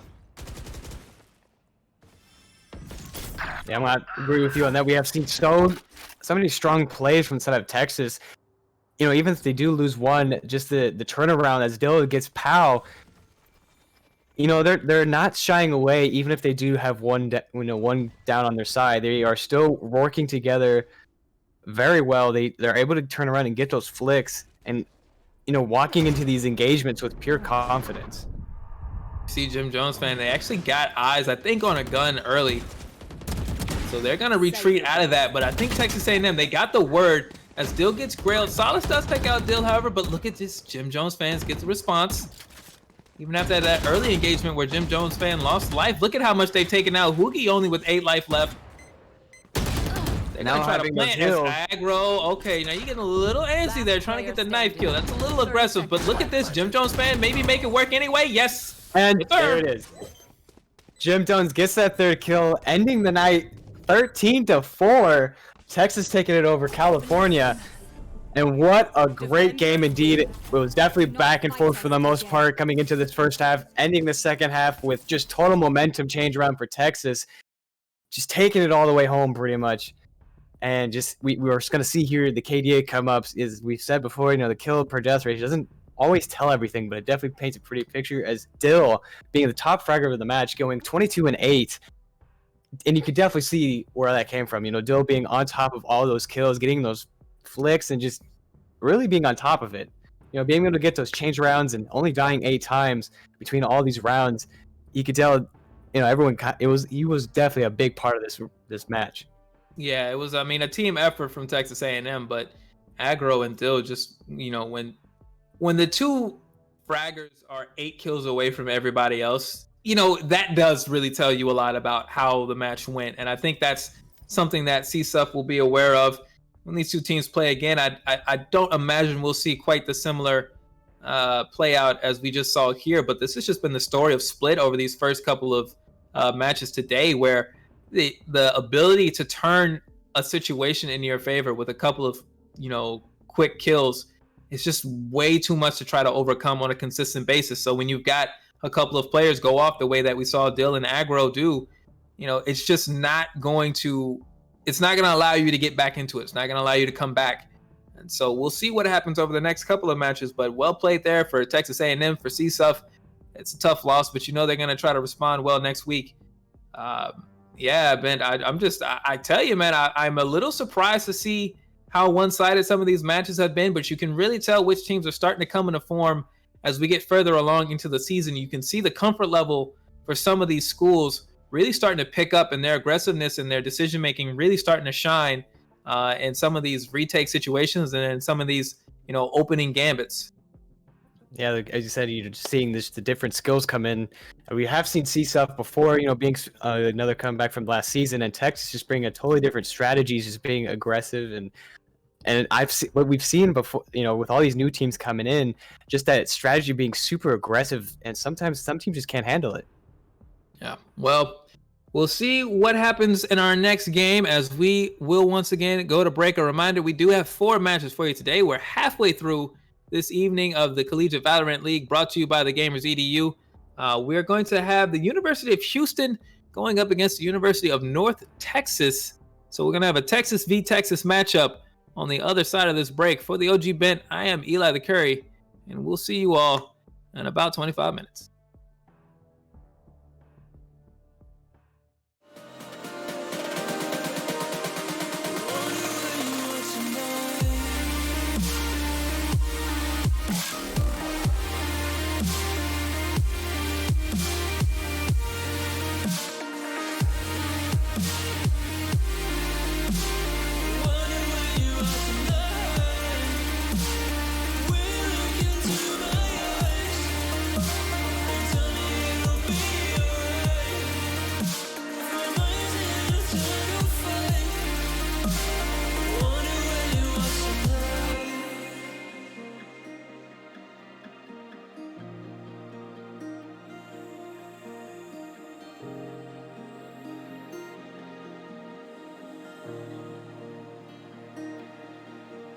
Been focusing on healing my fractured soul from all the harm and pain I once concealed.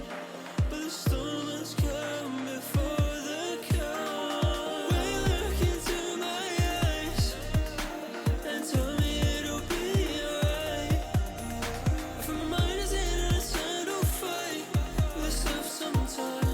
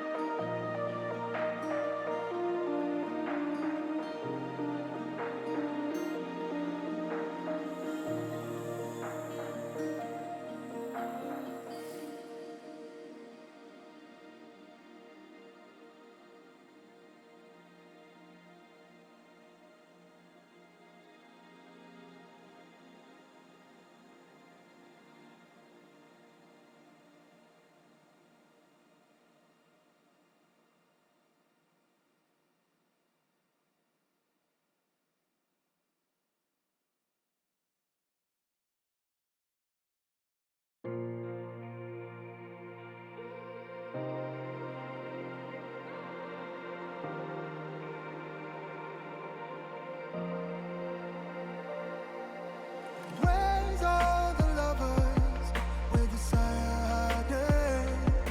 Missing the chance to transform something basic. Where's all the mistakes? Making judgments from skyscrapers. All these days we stand against them. Don't allow them to break you. You're amazing the way you are. I can see those tears falling, but don't allow them to. Don't allow them to break you. You're amazing the way you are. I can see those tears are falling, but don't allow them to.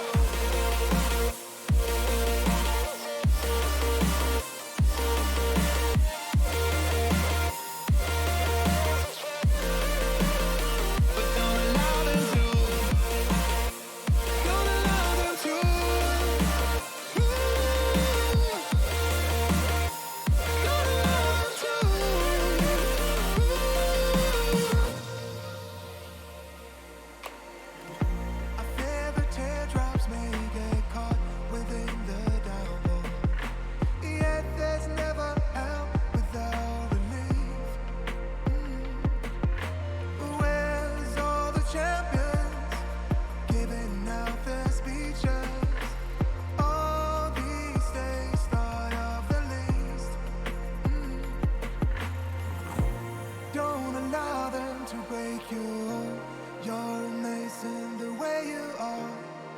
can see those tears falling, but don't allow them to. Don't allow them to break you. You're amazing the way you are. I can see those tears are falling, but don't allow them to.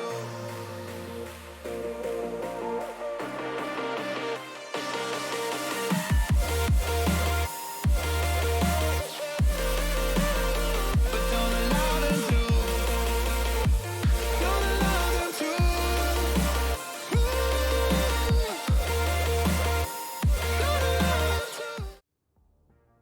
Welcome back, you filthy Valorant casuals, to Season 2 of the Collegiate Valorant League, hosted by the Gamers EDU, hosted by me. I am your part-time host / full-time president of the Jet Fan Club, Queen B. Tonight, we do have 2 more matches lined up for you guys, the next one being Houston versus UNT, but first, I do want to take a moment and just thank our sponsors. HyperX, the exclusive headset sponsor for the CVL. We will be having a bunch of different HyperX headset giveaways all throughout the tournament, so make sure you guys are keeping us tabbed, even on days when your favorite teams aren't playing, because you don't want to miss a giveaway day. That would totally suck. Also, a big thank you to MSI. They're letting us host a giveaway for them right now. If you type in !giveaway in chat, you will see a link. Click that and you can join and get a chance to win a prestige laptop from MSI. And make sure you do it now or at least sometime soon, because the giveaway is only going to last for a couple more days and we wouldn't want you guys to miss that.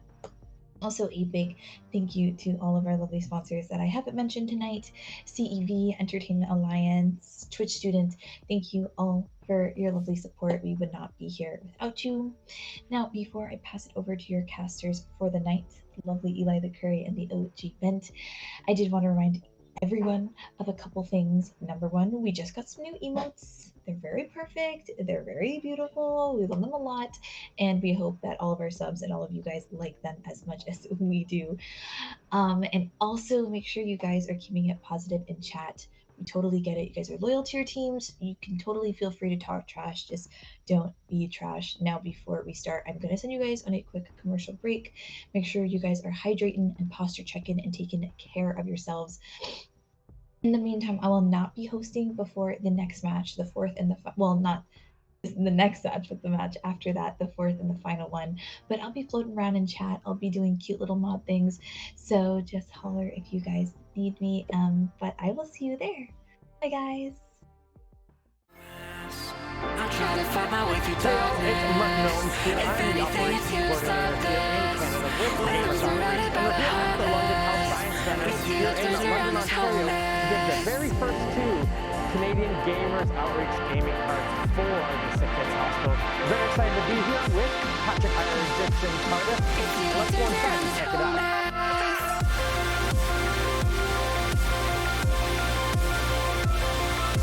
The Children's Hospital actually began as one children's hospital and has evolved to become one of the biggest children's hospitals in the world. My name is Kim Patterson and I fill the role of certified public specialist at Children's Hospital. And I've been in this for 6 years. Healthcare delivery has changed over decades from being solely medical and medical focused to look at the patient.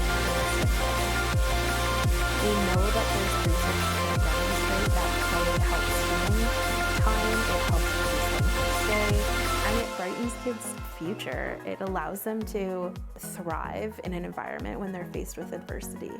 As a child life department, we're consistently looking for ways, how can we enhance this? How can we meet kids where they are? And right now, it's a world of technology. Today, we made our first, I made a round with the carts and got to deliver them to some of the children that were eagerly awaiting. With the carts themselves, it's exciting because you're able to bring the games to the children. And one of the children, needed to be quarantined, isn't able to go to the big room to play the game station that's already there. So being able to bring it to them, it's just a huge benefit. For all those content creators in general that are on the fence about whether or not they should do something charitable, if you're on the fence at all, absolutely do it. If you're slightly, I want to do it, but I'm not sure when, just do it. I can guarantee you that you're going to the feeling I have today, it's kind of hard to put into words, but I can't wait to do it. Just automatically get back. I mean, Martin and you guys can give it out helpful and guiding towards it. We're forever grateful for this donation. In terms of sustainability, the Gamers Outreach unit, the go-kart, is kind of everything that a child life specialist could ever dream of. A system that many kids enjoy and find value in. But being able to continue to have that resource is difficult if it's not done in a sustainable way, which is why Gamers Outreach is brilliant. You know I've never felt this weightless. If anything, it's you that caused this. When I keep falling through my heart cracks, it's you that turns around this whole mess. I try to fight my way through darkness. If anything, it's you that stopped this. When I'm surrounded by the heartless, it's you that turns around this whole mess.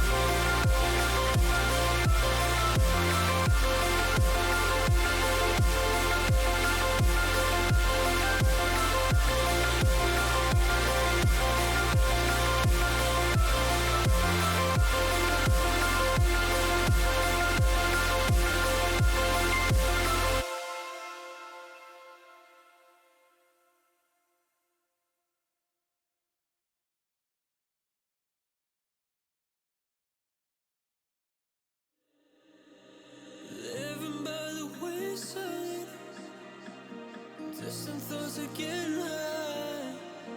Head was heavy and I'm blurry-eyed. That's all I know. The pace feels fast. I'm eating without you here. I feel so alone. Energy still depleted. Trying to find a glimmer of hope. Will you look into my eyes and tell me it'll be alright? If my mind is in an eternal fight with stuff sometimes.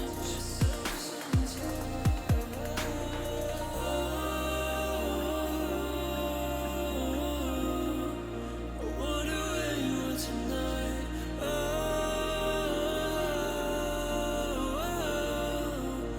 wonder where you are tonight. When the demons hold us so tight. I wonder where you are tonight.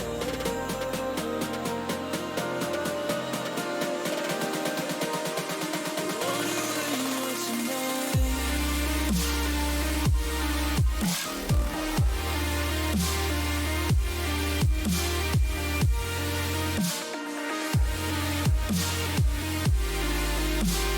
Wonder where you are tonight.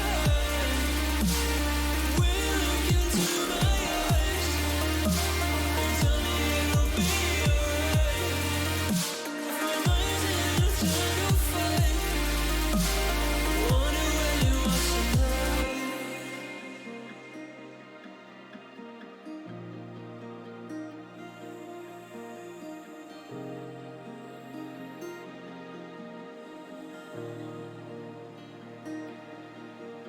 Been focusing on healing my fractured soul from all the harm and pain I once concealed.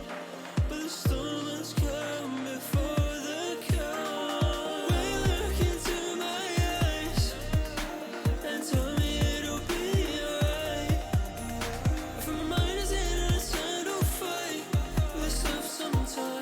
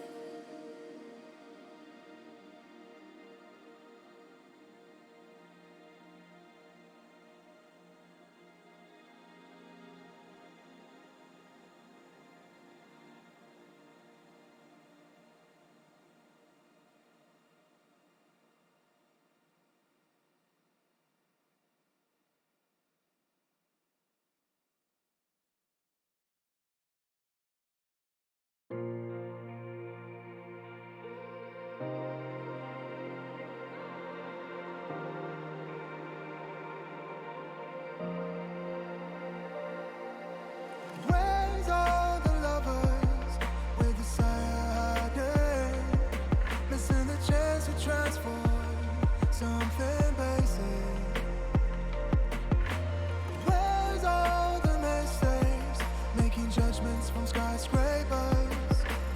All these days we stand against them. Don't allow them to break you. You're amazing the way you are.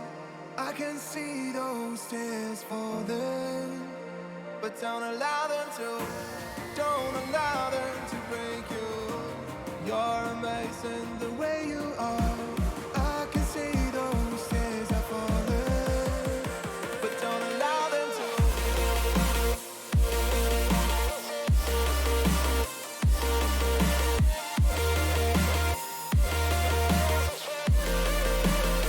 But don't allow them to. Don't allow them to.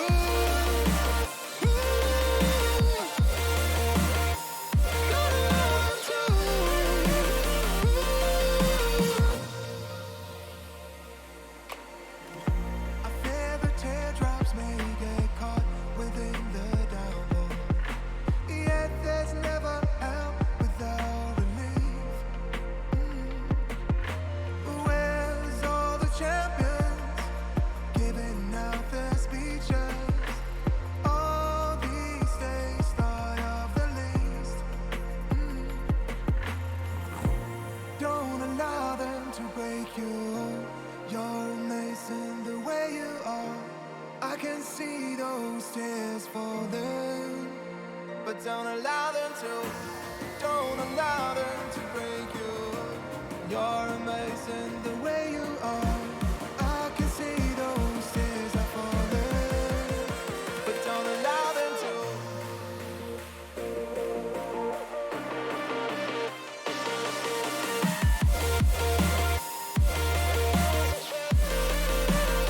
But don't allow them to.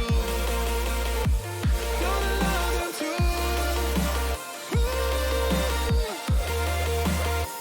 Don't allow them to.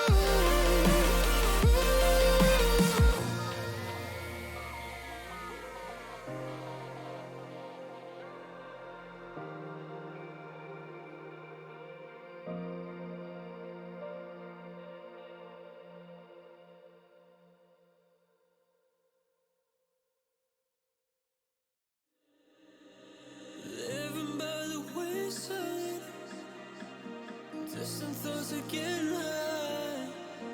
Head was heavy and I'm blurry-eyed. That's all I know. The pace feels fast. I mean it.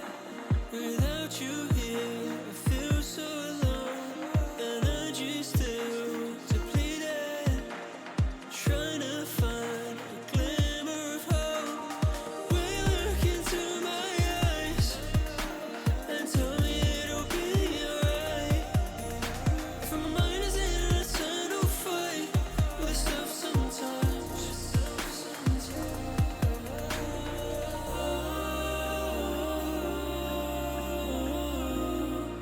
I wonder where you are tonight. I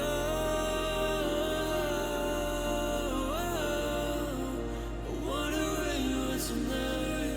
When the demons hold us so tight. I wonder where you are tonight.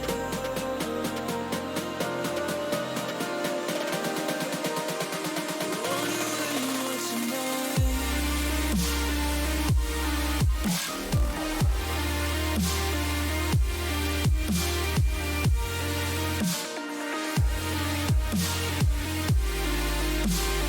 Wonder where you are tonight. Will you look into my eyes and tell me it'll be alright? For my mind's in an eternal fight. Wonder where you are tonight.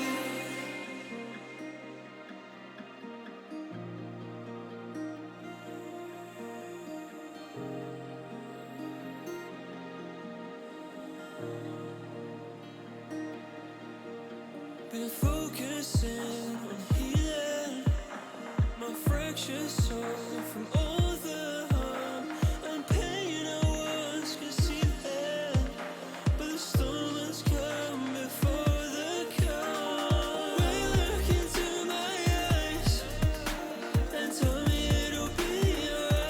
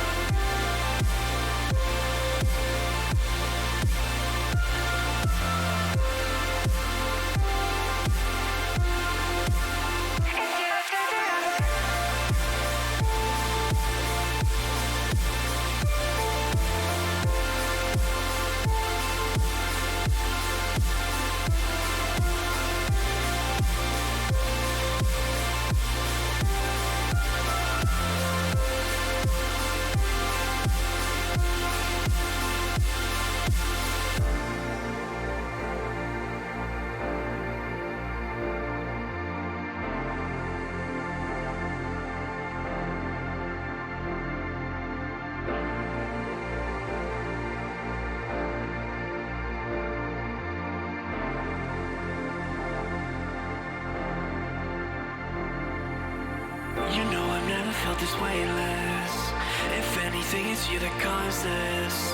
When I keep falling through my heart cracks, it's you that turns around this whole mess. I try to fight my way through darkness. If anything, it's you that stopped this. When I'm surrounded by the heartless, it's you that turns around this whole mess.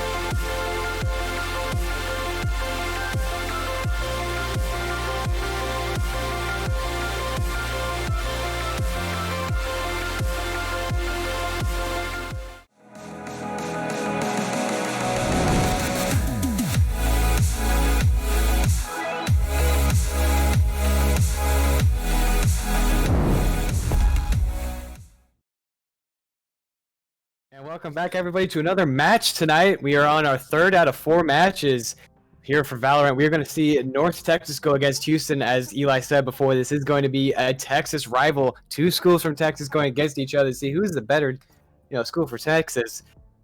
And we just want to give a quick shout out to our MSI title sponsor. Being our title sponsor is HyperX is our exclusive headset sponsor, as well as AMAS being our AMAS partner, CEV being our glasses partner, as these beautiful glasses on my face tonight. And we just want to give a shout out to, Gamers EDU for hosting us and just, putting all this together. So what else is there, Eli? I know there's a whole bunch of others. I just can't remember everything. Virtual Motion, we'd also like to thank them for providing us with the compression gloves in certain instances. You've been playing a lot, gaming a lot, especially if you're on these keyboard and mouse games. But even if you're playing other games with a controller, like some of our other friends over in the speed running and fighting game community, want to take care of yourself, take care of your hands, take care of your body, get yourself fed, and make sure that you are using that coupon code that Virtual Motion has provided us. They do have those compression gloves. They also have some gamer snacks that are actually kind of clutch. Sometimes I don't eat breakfast when I should. I'm just be honest with it. Mia might be mad at me, but it's just the truth. And some of those snacks Virtual Motion provides sometimes in the clutch, you need that, just like you need clutch performances. Bent, we've seen a couple of dominant outings in our first 2 matches of the night here on Split. It's really been a one-sided affair throughout the night. And I'm curious to see if this is going to happen again. It really looks like, we've seen a lot from Sages today, and you can see already here, Koi gonna lock in on that same agent here for the University of North Texas. Just seeing this agent, she's really changing the way Split is played over the course of this night.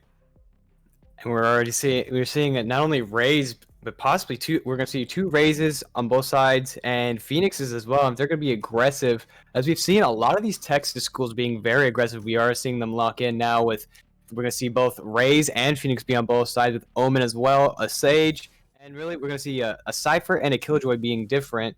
So I have to see how that happens, where we have more of an information gathering on the side of Cypher and more of a defense on the side of Killjoy. We have to see how that plays out, as defending first is going to be Houston. With that Killjoy, that's going to help them out in the beginning for sure. Yeah, we're also seeing we also see Phoenix here. This is the first time we're going to see Phoenix at all tonight. We haven't seen any Phoenixes out of anyone, but both North Texas and the University of Houston are going to be running Phoenix. I believe this is the first time we're going to be seeing a couple of players as well, at least from my knowledge. This will be the first time we see Steeman on stream here, representing the University of Houston, and JU and Jivy, I believe, making their CVL debuts here for North Texas. So interesting to see what they're going to be up to.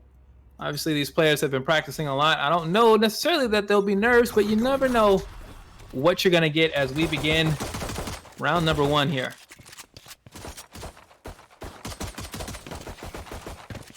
We're already seeing the side of North Texas just rushing. As we said, we've seen a lot of aggression from these Texas teams. So it's not surprising to see this. It's good to see that we are seeing a lot of aggression as well. As Koi is taken down by Queso. Queso getting the first blood as Mon then changes it around and Queso then gets Jivy. Victoria and Eric. Remaining. And Queso then changing it up on JU. Now only having one left on the attacking side. Queso being very well, but Mon getting Queso with that grenade. And those are so well placed because Queso was actually healing up right as those grenades came in. But Mon chases it down regardless. You see Steeman there able to get the follow-up kill. So following Queso's lead, it is going to be a first round victory for the University of Houston. So there's a back and forth affair. 3 kills on each side there. Just really goes to show there. Unfortunately for you know, the excuse me for the Eli talk. Unfortunately for North Texas, not able to get any momentum built off of Mon's really good grenade placement and a couple of great shots, but that's what it takes. Sometimes you need all 5 members of a team to come together to win a round. As we see Viatank almost getting free. Spike is down. So close. What a great stage wall that was. And we're just seeing Queso come in with a 2 kill. And the round's over just like that. And we saw a great investment from the side of Houston as well. This is what we've been seeing out of these Texas teams tonight. They've been investing very early, and it's been paying off very well for them. Yeah, I was a bit curious to see Viatank taking that fight so aggressively. After they got 2 kills, they really stayed up on the wall and exposed themselves, knowing obviously that they had the advantage in weaponry. You know, it's going to suit their favor that far away, but maybe that's just a bit of the personality coming out on that side to just push and try to take whatever advantage you have and not hold back. Houston now has gotten a 2-round lead, and like you mentioned, Bent, they're looking to push this more. As we see Viatank actually saving now on the Sheriff. Trying to look off a flash. And Jivy is not giving it up. Look at that. It'll be the Mollet stomp down there. Viatank forced to try to get out. They get punished as Koi finds Queso. Eric Appleson takes out Satori. Jivy there with some great utility decision making. Didn't give the flash away. But BKS getting 1, a 2, a 3! With the Bucky is dangerous.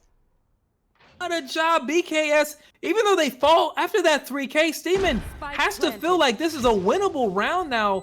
With the Spectre out, you're not gonna get a great lineup, right? Spectre versus a couple of rifles.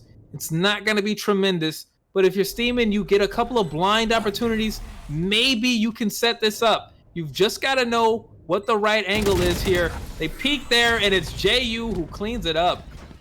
They shut that opportunity down for Steeman. And there's the response that you were looking for if you were an Eagle fan. North Texas gets themselves on the board. They stop the momentum. I think the first time we've seen tonight a team not get out to a 3-0 lead.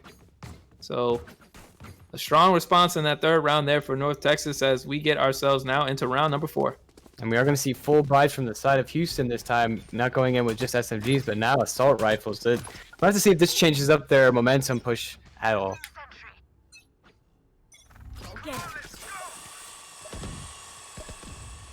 Come on here, getting the Boomba out. BKS going to shoot that down. That's going to reveal somebody's on the other side of the B site. The pressure comes through from these grenades. BKS giving up the ground. Not much to worry about from those grenades, but saying the anxiety builds if you're BKS. Trying to make sure your teammates know what's going on here. You don't want to get ambushed and fall and let the site get blown wide open, but you don't want to call too heavily and leave somebody overexposed on rotation. As we see, it's Sartori getting pushed in the middle as Jivy gets the kill there. We do see Mon. You see Mon just going back and forth, trying to take out the Killjoy on B site, as we do see the right side of B being left now open. Coming up from Evans, Jivy takes it. A couple of flashes there from Jivy. They don't really find their target, but does open things up on the B site. That investment of resources now. We see North Texas will fall in there, and Houston will have to respond as BKS breaks that wall. Koi will get the plant down, but it's 4v5 here. Not ideal odds for the Cougars, but they'll take it here as Queso gets some shots off. They don't get the kill. And now you're starting to get a little nervous here as JU punishes Queso. They tried to move back around. See, now you've shown the hand and you're forced to move very quickly via tank taken out. There's Steam making the kill on JU, but it's only one left, and there's the kill. Jivvy gets it done as North Texas evens up the score. A very unfortunate situation there for the University of Houston, as I think it was Queso missed those shots up from heaven, or yeah, it was and I think really kind of gave away what was about to happen, right? Gave away the retake positions, and once that happened, they punished the rotation. Did North Texas, and Houston wasn't able to recover. Yeah, it looks like we're going to start seeing a save round from the side of Houston. So it's going to might even push him back another round. Well, it could push him back another round for sure if they don't pull this off. But even possibly 2 rounds, you know, being able to be fully invested on the side of North Texas. Yeah, they're running back. Kind of stuffed here by the wall. So Jivvy now will basically give that running back ult just to. Well, they actually got a bit more. They got the door through. He was able to open it up for himself to possibly go back through and even take out the next people. So I would say that was a really good run it back on his Queso, only having a sheriff getting taken down by Eric Appleson as the spike does go down from Koi on the side of B. It's looking like some strong pressure once again being applied here. Satori, though, gets a kill only on 4 health. That's a great job done there. Even if you don't get anything else, you still get a little bit of value out of that 4 life. Koi gets the kill there. Koi may be a bit off of that ult there, and Eric Appleson takes out Steam and be a tank here alone with the Bucky, but nobody's coming to you in mid with the spike already down, except from the exfiltration. So if you're via tank, you can hang out here and try to get a kill on the way out, but nobody's really anxious to come that way. And there's via tank with the Bucky getting Eric Appleson now having a gun for next round. Had a good possibility for next round, but no longer has the gun. I'm not sure if we're going to start. I'm not sure if we're going to see. It looks like okay. We are going to see a full buy coming in from Houston, and a save between some of them as ViaTech does not have the money for a full shields. But otherwise, we are seeing pretty much a full buy from the Houston team. And like we said, we only had 1 person die on the side of North Texas, so already coming with a full, full buy. We're going to have to see how, Houston handles this, because if they lose this, we're going to see another save round from them. And this is how, we're going to see North Texas take the momentum if they win this round. It's been a rough go of it right now. This past 3 rounds have really strongly favored North Texas, as we see they finally now push the A site going around here. Steeman gets the kill on Mon there. JU's going to respond as Satori gets a big showstopper through the smoke, taking out Eric Appleson. Koi does punish that, and Satori is taken out. And there's the res, so there you go. The trades do not work out. We might be seeing a pinch possibly from JU as they are waiting for anyone to come around this left side here. And it does get 2 kills, and he ends the round 4-2. I think we're going to start seeing more of a momentum coming from North Texas now. As I did mention, they were on a very low economy in this last one, so now we're going to see again another save round. And with these save rounds, we have seen North Texas perform very well. Assault rifles against pistols kind of favor the assault rifles. So we're, with the save round coming again, it's definitely I want to say a guarantee, but it's going to be a damn good round for North Texas, and Houston could pull it off. So we'll have to see how they're going to stop that momentum. It's definitely an uphill battle. See Victoria going to pop out, try to get something, and instead they're really down on life. You see Eric Appleson able to get 2, so now 3 down and 1 at literal 1 health as BKS gets a couple of kills, but Satori's Boomba gets stuffed there by JU. It was a bit of an antsy utility pull there. That's heartbreaking as BKS tries to summon up another heroic shot, but they will not get that one. JU gets the kill, and it's a smooth round there, although not flawless, not perfect. And now we are starting to see Queso coming in with a huge investment here with the operator.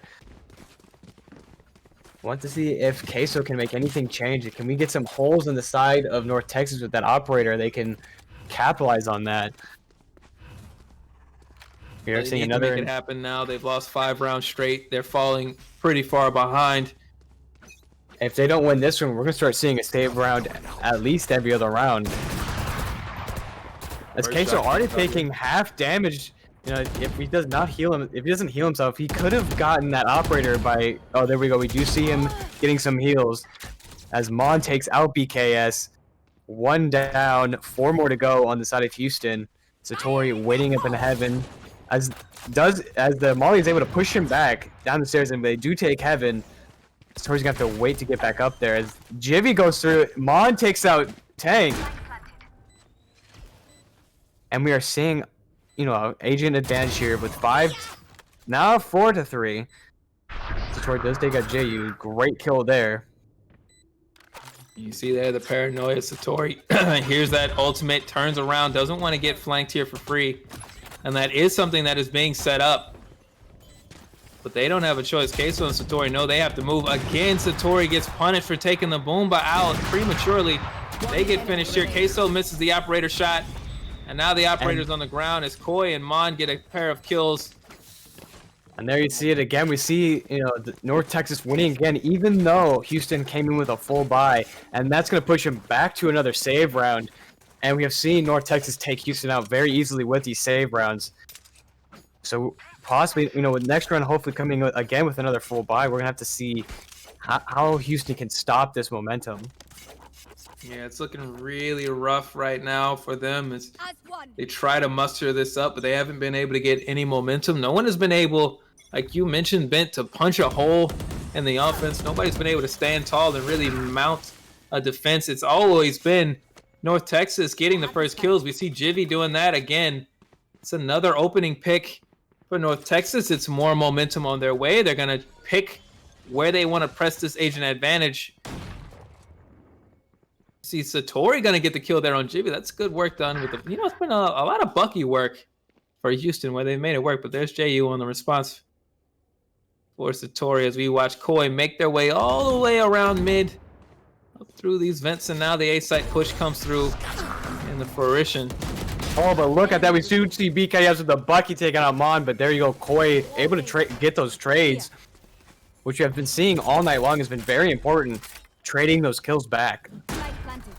And there is the ultimate activation here for Koi. Via Tank also going to spend their ult. So there's the raise of the resurrection happening on the other end. And Koi will match that. You know, I think this is the first time we've actually seen 2 Sages on both sides. What do you mean? So we have a Sage on one side, Sage on the other side. Both teams have a Sage. I don't remember seeing. Oh, it did? Okay, never mind. It's definitely the first time we've gotten double resurrections here as we see Mon get the kill on Queso. Via Tank going to take out Mon, and there's Steeman getting the kill on Eric Appleson, so it's 2-2. One enemy remaining. Steeman doing the lion's share of the work as Via Tank was low. Koi gets the kill there, and now forced to peek at Steeman, who gets the kill from range. Do they have enough time, though? No, they don't. And what could have gave him that... Oh, thank you. And what could have gave him that extra time... And that extra little bit of a boost to go for a full buy, even more so comfortably, now is stressing, because if they don't win this, we're going back into another save round. We are now entering the danger zone. It has gone from yellow to red here. A 7-2 lead heading into what figures to be the last couple of rounds of this half, and it's been all North Texas as they have just dominated the offense here. It's really been a lot of the attacking. It feels like the attack side, you know, the opening attack side has just been able to push the pace in all of these matches, and the defenders haven't really been able to respond well. It's another strong lead. You see Satori push back, and North Texas seeing what they can make here out in mid.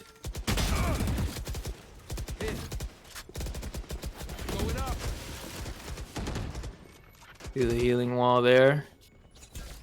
For Phoenix, just there trying to stay alive here. Via Tank gonna give away a bit of information, but not too much, taking out that tripwire. Surprised we haven't seen too many, you know, try to get those wall bangs on Via Tank being in that back, you know, room there. At least try to push him. Oh, at least try to push him out and see if you can run across and get the you know, cross kill. But it's a bit of poking, but a really conservative effort right now from North Texas is they've just been trying to find where the presence is. You see Steeman getting the kill there. Eric Appleson gets taken out. This is a good round now for Houston. They haven't had many of these, but this is one to talk about as Queso gets Mon. Koi is able to respond. Well, that's a fair trade, however, if you are Houston, but you've got to be careful. As you see, they are low. There's the step around, and Koi and JU with a couple of dots. JU with the second. As Steven falls after they take out Koi, it's 1-1. The spike has not been planted, so it's 9 seconds here. If you're JU, you've got to make a choice. You either try to get this last kill or you plant, and there it goes down. BKS will time it out, but they don't believe in the site. It was just right there, as well as BKS was looking right at JU as he was going, putting that spike down, but just did not pull the trigger. Now I have to see if the question here, if you're BKS, do you just ult here to almost guarantee you get this? It looks like they won't. They're gonna set up a lot of alerts, and they're gonna get the victory there. They get the kill. BKS with a very, very greedy usage of resources there. I feel like maybe that Killjoy would have guaranteed the round, but on their end, they say, no, I'm going to use the Sentinel, I'm going to use my alert drone, and I'm going to get this job done. It would have been a very dangerous move to use that Killjoy ult, because the amount of time it would take to set that up, we could see, BKS being... And we would have saw JU just come around and just take advantage of that. So it was a very good play, putting up that alert bot, because that gives him some vulnerability that give more damage. So it was a very good play from the side of Killjoy. BKS maximizing the value of the resources they did use. You can't question the results. Obviously, a round one. And one you need if you're the University of Houston, and a resource that you're happy to save because that Killjoy ult can be extremely valuable. Not just in a 1v1, but especially when everybody's up. So, see now what happens here on this end.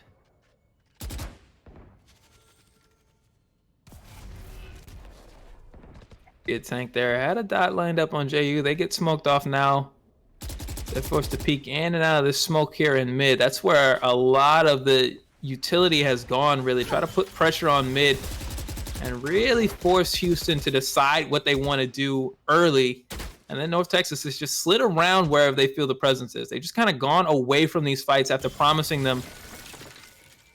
Tried to get Houston to overcommit to that presence. This time, though, you see as Vietang slides out, it looks like Houston may have learned that lesson. They're not responding as much. They're not coming out of positions. This BKS's bot is triggered. They're going to get pushed here. They're in bad shape in this corner. But there's the pressure on the A site. Mon flips around to confirm that and get the kill there on BKS. JU does take a steam in. Look at that. By going down wide, right. Okay, you did switch as JU does go to the backside where Spike usually does go down. That was kind of a dangerous move there, pulling out the Spike in front of everybody. Oh, look at the movement there by Satori. Great use of the rocket pack, but they don't reload. Oh, they're going to go for the showstopper, and JU wins. Takes him out as it now 8-3. Are we going to say 9-3 or are we going to do 8-4? What do you think, Eli? It looks like... Are we going to see away at the shooting demonstration there by JU to win that with the showstopper out? What a job there. Satori had shown such great movement. They gotten themselves in a good positioning. But even with the wall up there, it wasn't enough. JU with an incredible flick. I'll be honest with you, Ben. I don't like what we're seeing right now for Houston. As you see, Queso there on the pistol. There's utility down, but Eric Appleton gets the kill there on Satori. It's not a lot of utility for them. The Jibby's out on this run it back. Oh, they get one. They'll find a second as well. And it looks like we are going to see possibly a 9-3 unless we do see Tank and Killjoy coming back. As you said, we do have that Killjoy ult that could push him off and possibly give him just a little bit more breathing room.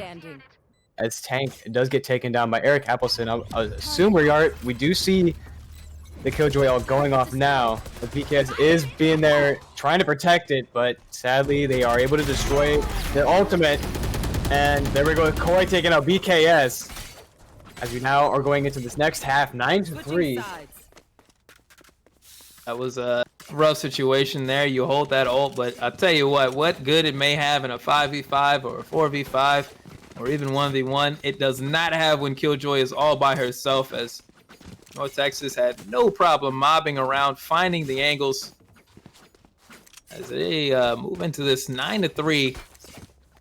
I tell you, Ben, looks like we're up for another quick game. It's been really tough for the first half defending side to find a foothold here on split, and you're starting these halves off down 8-4, 9-3. It's not a stable place to try to mount a comeback. Here.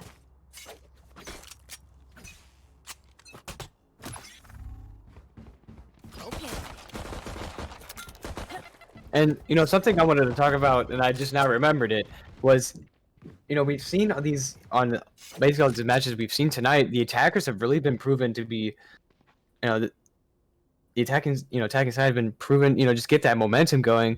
And for a map that seems so defense heavy, I'm surprised that how the attackers are just taking these rounds, back to back here. Yeah, I mean it's really just about who's getting the first bit of intel. I think in this case specifically, I just feel like we've seen North Texas get too much value out of these skirmishes. Not really engagements, not anybody really dying necessarily, but you see here Koi forced into the back here as you see Satori's going to push up, and they're going to try to get more information out of Koi, right? But you see Koi now stepping around. There's a member of the other team there to help him. There's Mon right there on the other side, and so I think that's been the difference when that's happened. Look at what we're seeing here. It's North Texas who has the advantage. Why? Because Koi didn't give up too much information and instead lulled members of Houston around the corner, forced them to engage in a spot where they were actually comfortable. And I think that's been the biggest difference thus far.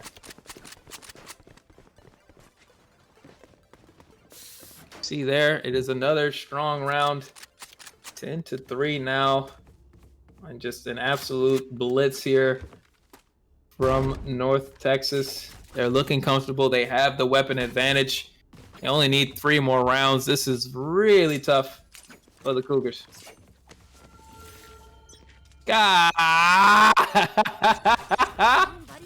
know the chat's been lighting I had a feeling. I know y'all are lighting me up. I can't even go look now. I can't even go look. All right, everybody. That's it for tonight. I'll be like, Curry and I no longer feel like I'm worthy of being here. Go ahead and send us home, Houston. You've been right the whole time as they go up 11-3. I had a feeling it was like I was like it was because it was Houston, right? And then I'm like, okay, I guess we're switching it up. I thought it was right, but oh well, man. We all make mistakes. But yeah, I think we're just is it good we just sign off now, or? They should just they could see if we can get Funny Man and Muted. We could get Ashcon. We could get Spot. Somebody in here. I think they might need somebody. I think we might be overextending it. These quadruple headers may be a little bit too high for us to count. Well, it doesn't matter what you call them. They're both Texas. How about that? Houston now up 11-3, stomping all over both our analysis and our ability to read names, as well as North Texas's hopes to come back. Oh man! Only at the Collegiate Valorant League, folks. Only at the CVL.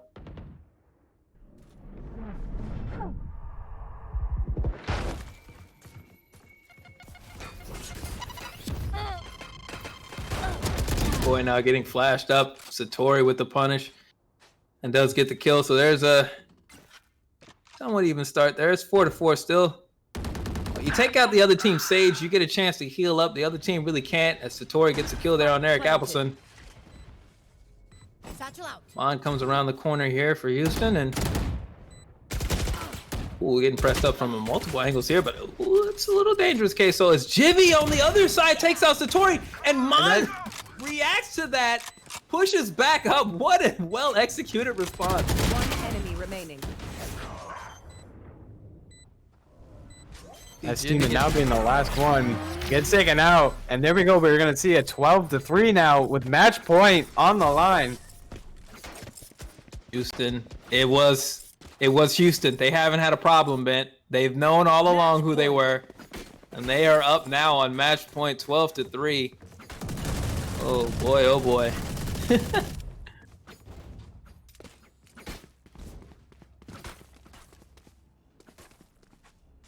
What a life we live, getting it wrong, it is what it is. We got to keep on continuing.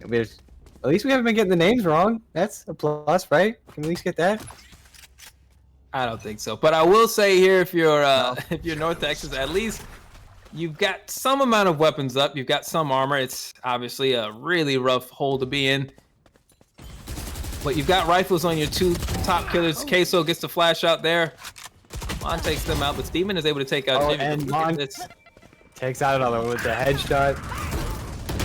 One enemy Get remaining. the ultimate up. They take out Satori. There's the third. There's their fourth. And there you go. Defenders win. Mon ending the round or ending the match right there with a 4K.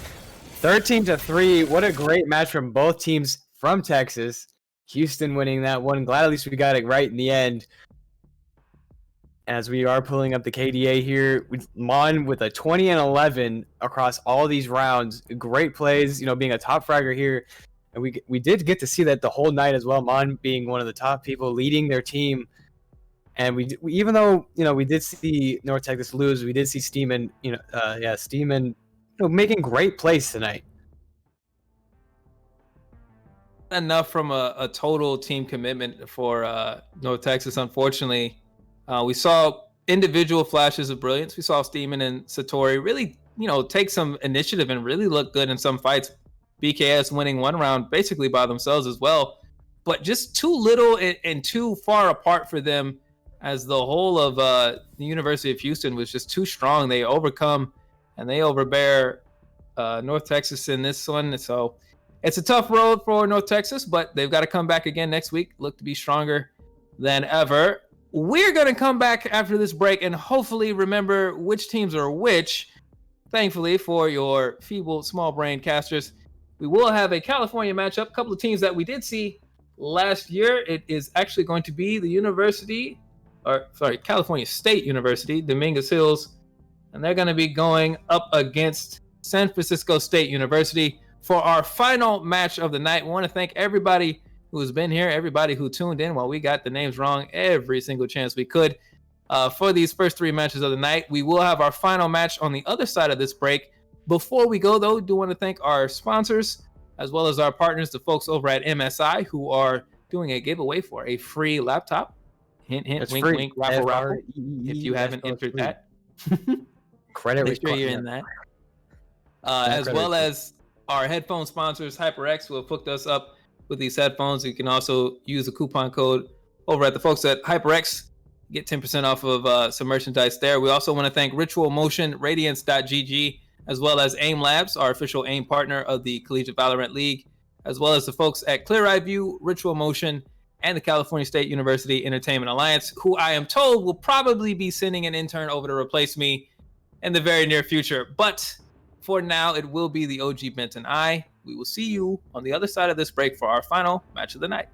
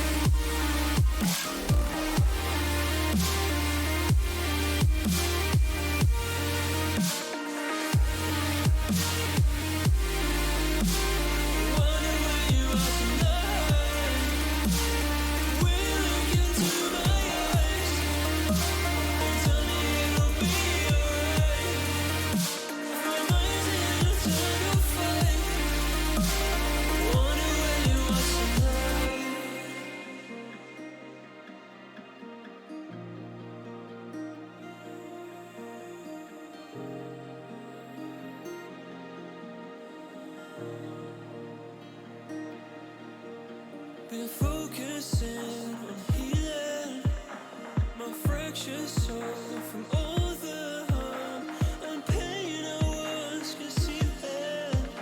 But the storm has come before the calm. Will you look into my eyes and tell me it'll be alright? For my mind is in an eternal fight with itself sometimes.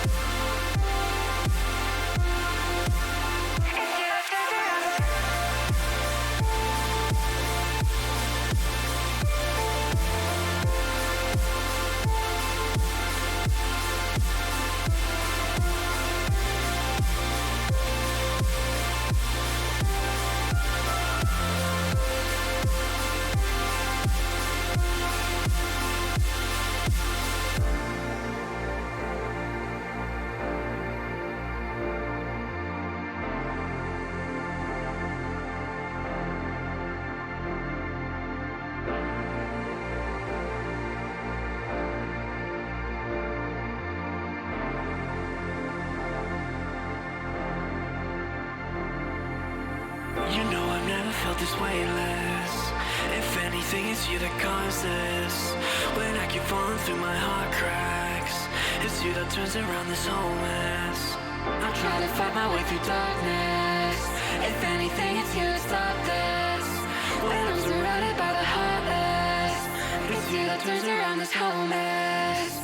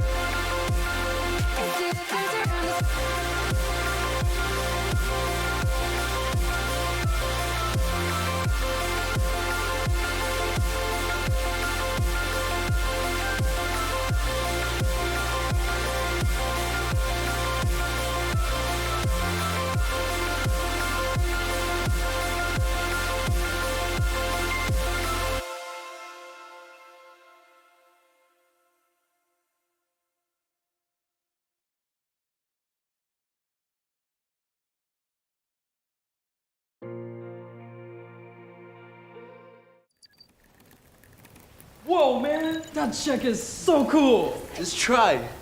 You'll see.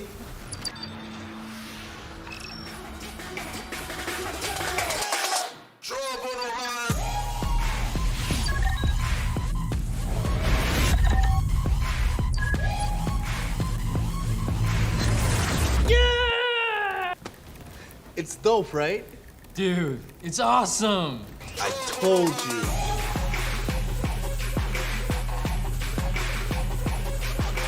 Don't allow them to break you. You're amazing the way you are. I can see those tears falling, but don't allow them to. Don't allow them to break you. You're amazing the way you are. I can see those tears are falling, but don't allow them to.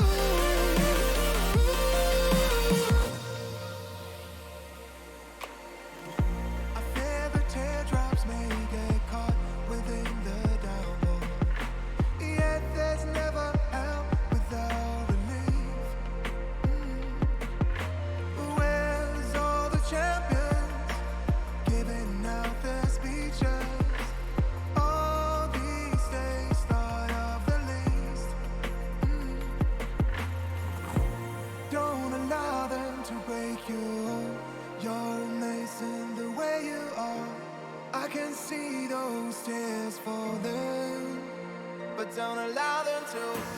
Don't allow them to break you. You're amazing the way you are. I can see those tears are falling, but don't allow them to.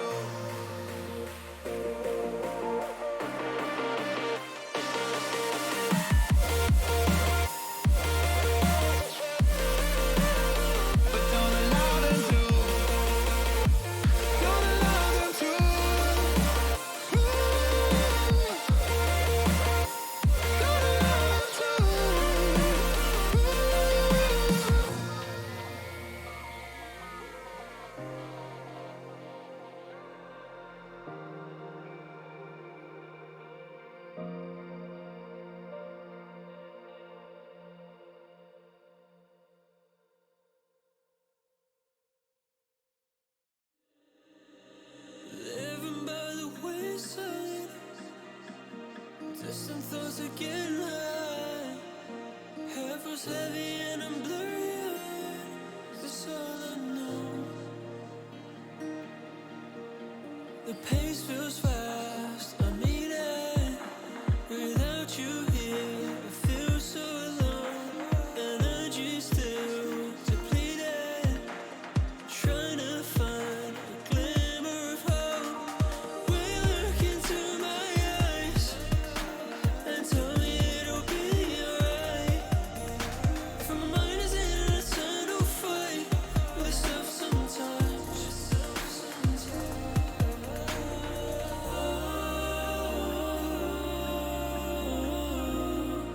I wonder where you are tonight. I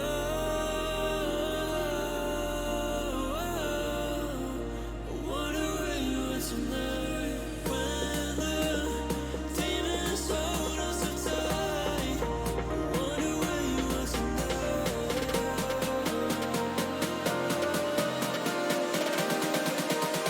I wonder where you are tonight.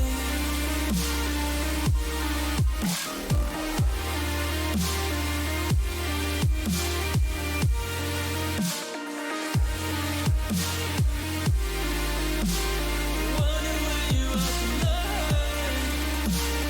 Will you look into my eyes and tell me it'll be alright? For my mind's in an eternal fight. Wonder where you are tonight.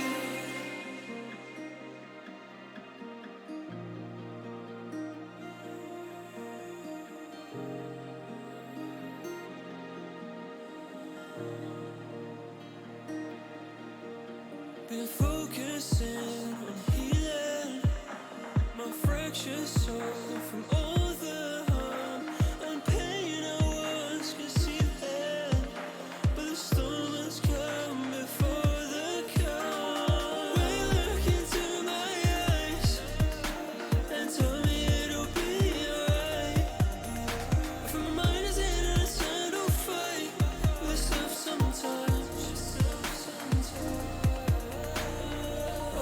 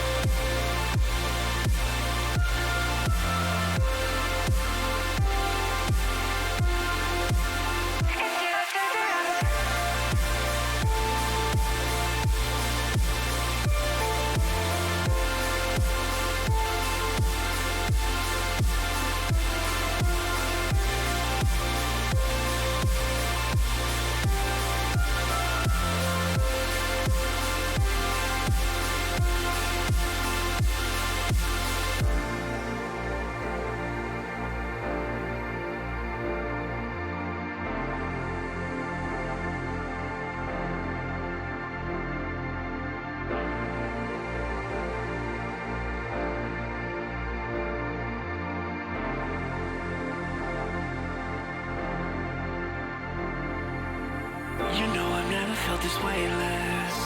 If anything, it's you that caused this. When I keep falling through my heart cracks, it's you that turns around this whole mess. I try to fight my way through darkness. If anything, it's you that stopped this. When I'm surrounded by the heartless, it's you that turns around this whole mess.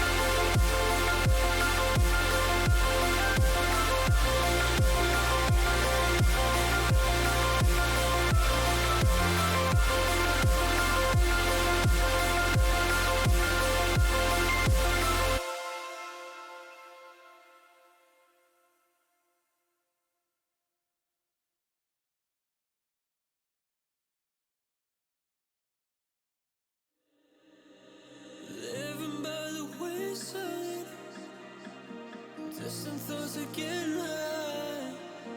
Head was heavy and I'm blurry-eyed. That's all I know. The pace feels fast. I mean it. Without you here, I feel so alone. Energy still depleted. Trying to find a glimmer of hope. Will you look into my eyes and tell me it'll be alright? For my mind is in an eternal fight with stuff sometimes.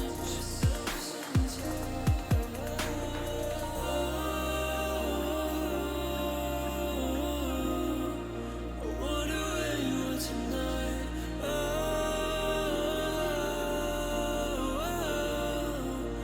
wonder where you are tonight. When the demons hold us so tight. I wonder where you are tonight.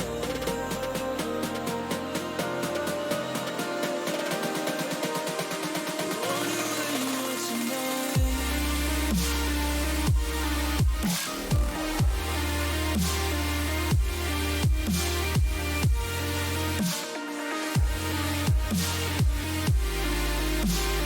Wonder where you are tonight. Will you look into my eyes and tell me it'll be alright? For my mind's in an eternal fight. Wonder where you are tonight.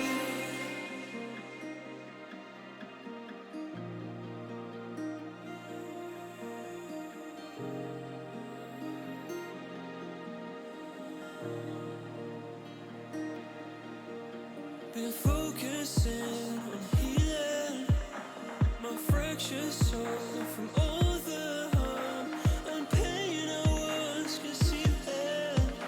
But the storm has come before the calm. Will you look into my eyes and tell me it'll be alright?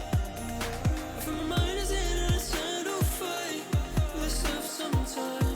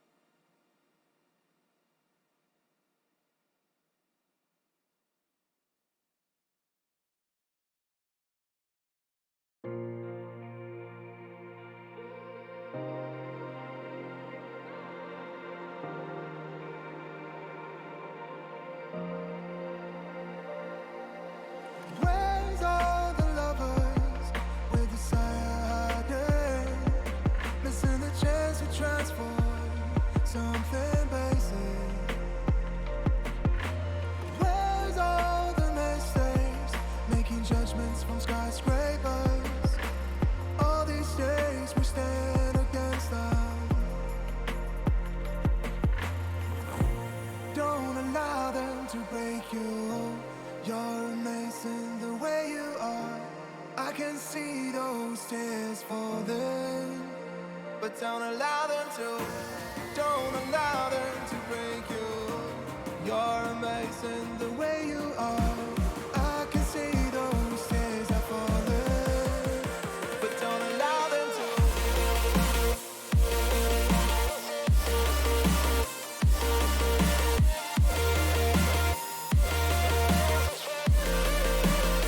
But don't allow them to. Don't allow them to. Don't allow them to.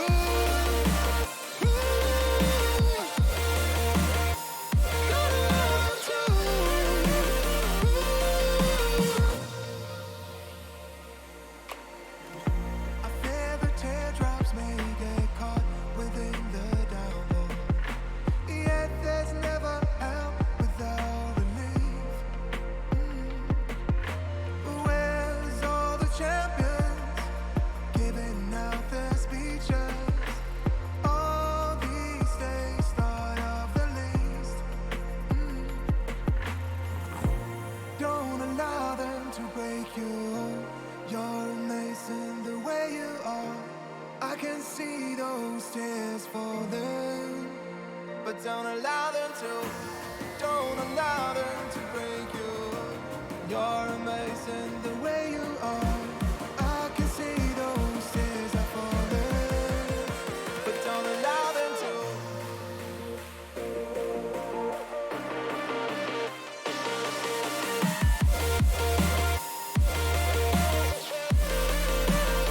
But don't allow them to. Don't allow them to. Don't allow them to.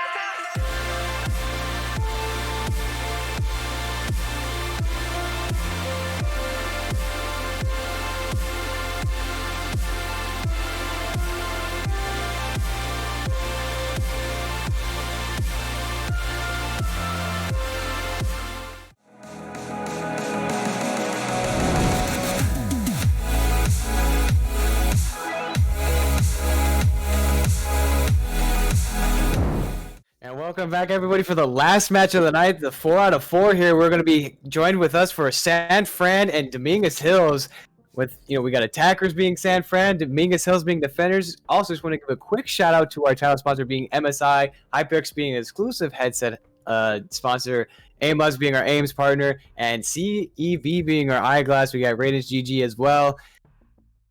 It's Entertainment Alliance and Gamers Outreach is what we also like to do as well. I can't. Is that it, Eli? I know there's more, but there's always more. There's Ritual Motion. There's HyperRex. There's, of course, the Gamers EDU. And it's a note we haven't really talked about it much here at the CVL. But if anybody is unaware, if you're not following the Gamers EDU on Twitter, which you should be, want to shout out Dio Man, who just has been recently part of the Gamers Outreach, a speedrunning event that is this CVL is very much a part of, as all proceeds from CVL events do go towards the Gamers Outreach. If you don't know about them, they help provide gaming equipment and setups for children and hospitals. And I just want to shout out Dio Man and all the folks who worked with that as well. Shout out Justin Wong, legendary fighting game player who was part of that from my home community. So yeah, sorry about that, Ben. Just want to throw that out there. Shout out to all the people doing work and helping the kids. You love to see stuff like that. I think that's one of the best things out there. I've looked into it. I love seeing, kids, even though they're being ill, they still get to have the joy of playing video games, because video games can bring joy to everybody and everyone can play video games. And so I love to see that. It's a great organization. And just as we are, and Riley, me and you, Eli, thought we would not see her tonight. Look who Riley is playing.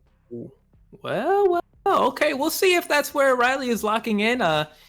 Riley, typically you see on, Sova has been a main agent for Riley for some time, but now looking like Astra, the newest agent available, might be getting her CVL debut today. We'll see if, this is the pick here from Riley. We are locking in the Astra for this Dominguez Hill side. And now that's a lot of pressure, I think, to put on, to put on yourself, but also to try to put on the other team, is to get them to be aware of what is going to be happening on the other side, because, it's a lot to get used to somebody really quickly. Obviously, that's why we have that cooldown period. When agents come out, you can at least have a few weeks to get to know what they're going to be doing and how those agents are going to work. And it looks like for Dominguez Hills, at least, they're committed to fighting this out and making this happen really quickly. For those of you who don't know Astra's abilities, she's got some very unique ones. She's got some abilities that are, solely her own. She's got a gravity well. She can throw it out there. It will actually pull players towards the center of the gravity well and then explode. It's kind of like a mini, sort of like a Killjoy ultimate in a mini fashion. Obviously, the area of effect is nowhere near as big, but it's an ability she can buy round in and round out. She also has a Nova Pulse ability, kind of like a flash that she can use to make things or stun people on the way in. So, dangerous agent, both as initiating and attacking, as well as her ultimate, which I hope we get to see, which is basically allowing her to put down these same abilities I've been talking about, some of these abilities all around the map, and then set them off. So Astra has a massive area she can affect when that ultimate is up. We'll see if Riley gets fed those ult points. We'll see about that, as we've neglected to mention on the other side. We also have Bay V here on the Sage, so we're once again seeing that as a very frequent hero. We see Zero is using Raze.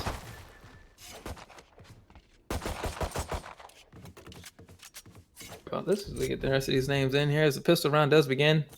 We are seeing already the Astras going, I haven't looked into it, honestly. I'm not sure what to call this. The star formations on the ground already, we are able to see those. I want to see this in action, because that is one character I am trying to unlock.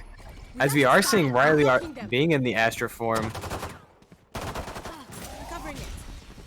So Datara gets the kill there on Bay V, and Datara gets 2 to start out with, as Datara says, hey, now don't forget about the Jet. All right, we can talk about everybody else. You can talk about the new agent. That's well and fine, but you still got to do the work. There's a reason why you typically see so many of the same agents. They're very valuable. Jet's movement abilities, her ability to get around, especially in a new environment. Things are going up and down with Sage Walls. Very valuable. Again. And we're seeing a flawless for the first round on the side of the attackers. And this is how we've been seeing every match start so far, just with the attackers starting off very strong. And even, as I've said it before, I feel like, this map being so heavily on the side of defense, I'm just so surprised at seeing the attackers are coming out on top almost every time. Yeah, I think it's just it's something that we might feel watching, but when you have a 5 stack up, these teams work together. You can create these openings, I think, in ways that we're not used to seeing, and so that's kind of what's happening in a lot of these situations. Obviously, Riley trying to make a brand new agent work. This is literally the first time we've seen her, at least here in the Immortal conference, here in the CVL, and it's going to take some adjusting. Whereas on San Francisco State side, they're running with the tried and true lineup. Sage maybe feel a little new, but you got to know that she's been played a lot here on this map in scrims and things like that, so they're aware of these angles. Whereas for Dominguez Hills, well, we may see some more adjustment time, as we see there, patient play until Datara takes out Zero. That's another first kill here. Chung Dynasty takes the angle really wide, and that outplays Riley Shorty. And that's going to open up the B site Baby forced to work down in the trenches, and DK will shut that down and start the plant as Lord takes out Bad Dog. It is BT all by themselves. I've made you this promise before, BT, but if you ever clutch out one of these 1v5s you find yourself in, I will say your whole name the whole match. I got no problem with it if you can go ahead and ace this out. I mean, you might have just gave him that confidence that he needs. We'll be saying the entire BT name. I mean, it would rustle my fanny to have to say it in a different sort of way, but you never know right here as we see the Spectre. Not a lot of time on the spike, and you see the stun was about to go out. Dynasty gets the kill there before anything happens, and it's another solid round here for San Francisco State. They're up 2-0. We're going to see the buy come in here for Dominguez Hills. San Francisco State, not heavily invested, Lord, considering it, but thinks better of it, and it's just a round of Spectres here for the Gators as they look to possibly secure a 3-0 lead in the first half. For Dominguez Hills, you don't want to fall behind. It's been really bad for the team that was defending to start out with over these past 3 games. And right now it's looking to be very similar. We are seeing, DH go in with the Spectres against the Assault Rifles, and they've been pretty strong with Baby getting the first kill on Lord. As they are going... We are seeing now that 4-stack going on A, and they are having to rotate over to it as Dicey does get hit with that swarm grenade. As they do block off that side there, is now going for that plant, as Astra is going to be setting up some smokes. Clash and getting the kill there on BT. And that'll even the numbers up here. Especially while Baby is waiting for that ultimate to get charged. It's a long ultimate, 7 points, but it's very valuable to get the resurrection as we see Dynasty there managing the whole field, trying to manage health bars. Gets the kill there on AV. And look at... Last player standing. And it's now back to a 1-1, and he clutches it out as Denver gets that kill on 0. What a great kill there, leading now their team into that 3-0. And now we're going to be seeing a full buy on the side of DH as they go for those assault rifles. They're pushing. No, I mixed it up, I think. But either way, we're seeing the defending side go now back into the save. That was the buy round for Dominguez Hills. That was their chance. See if they can knuckle up and get a round 1, and unfortunately it doesn't go for them. You see at least one rifle on the side there. Actually, no, that was Data's rifle. Never mind. And there's Dynasty getting the opening kill on Riley. We have not seen much out of Astra this far. It's an unfortunate turn of events for fans of Astra. She has not had a great debut here in the CVL. You see Bad Dog hoping to see that corner get turned, but with Breach and Omen on the other side, you just never know whether you're playing the short angle is actually the way to go, because there's so much disruption that can come out before any corner. And Jet, of course, who just blows by those angles. But Bad Dog has no choice but to hold it. They get a shot there, and it's some good damage done, but unfortunately with a Sage, it'll get healed back up, so it's not as impactful as they'd like it to be. And here comes San Francisco State into the A side. San Francisco now coming in with the defending side. Not attacking side, I mean. Sorry, I'm getting everything wrong right now. It's just transferring over from last match, I guess. As we see the University of North Texas right now up with a 3-0 lead over. Right now we see Dynasty watching over as Clash and gets the kill there on BT. One enemy remaining. 0 trying to pop through, but now they're the last one left, and there is a dot from Dynasty. Another flawless. We have been seeing some pretty good flawlesses or close to flawless. Each round we have seen San Fran winning, as DH now going to be able to go for a full buy-in, and if they do not win this one, we're going to start seeing that same pattern as we've been seeing through all these matches of buying in and then have to go to a save round, and then buying in again, and then possibly another save round. So we'll have to see if DH can stop the San Fran momentum that they have built for themselves. It's been really rough now for DH to get started on this. San Fran has just looked, it's been really wonderful. You see Dana, 8 kills, no deaths so far. They've got their Blaze Storm up. There's a Resurrection ult. There's Bad Dog gets the kill there on Lord, but who is it but Dana to answer the call? They get 2 straight. There's a rough situation there, a rough setup. You know, it's very interesting to see, you know, Riley play this new character, or this new agent. I feel like you have to be very map aware when using this character. You know, you see the whole map, you don't necessarily see where everybody's at, and you have to know where you put this, where you put these abilities. Is it gonna work? Where, you know, other characters, we have the smokes, they use them during the match. Where I feel like with Asper, you kind of have to prepare everything. It's kind of, you know, you kind of just got to think about it, you know, where your map awareness is, where people are going to be coming from, and that's how you got to do it. Yeah, it definitely requires a fair bit of communication. You need your other teammates to be your eyes and your ears. As Riley there, very close, had an idea about that angle. DK narrowly avoids some disaster, but we see the push down here into the box. Riley does look off that flash, but it's Baby who gets punished up in heaven. Riley now will step out, and there's Datara with their third kill.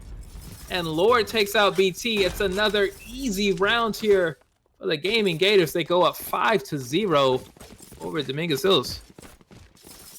And it, like I said before, we're going to see, it looks like we might be seeing that save come out of DH. We are going to see that save coming out of DH. And it's just a bad pattern to be in. Is you you buy in and you lose, you have to go do a save, and then you try to buy in again next round. If you keep that pattern up of losing and having to go back to a save, it's just really bad. You know, it's just hard to get back. It's a difficult situation to find yourself in, and that's why you play it out. You try to make something magical happen, but right now, not a lot to do for Dominguez Hills. The boom will come out, but aimless as it is. There's been a lot of need for anyone to engage with it. It's easily avoided here as we see the split along the bottom of the map. San Francisco has had such good success. They don't feel the need to pile up on any site. Instead, they can safely poke and prod, see what little utility they can get out, like that Boomba and whatever else they can draw out of Dominguez Hills before they commit to an option and try to push the site.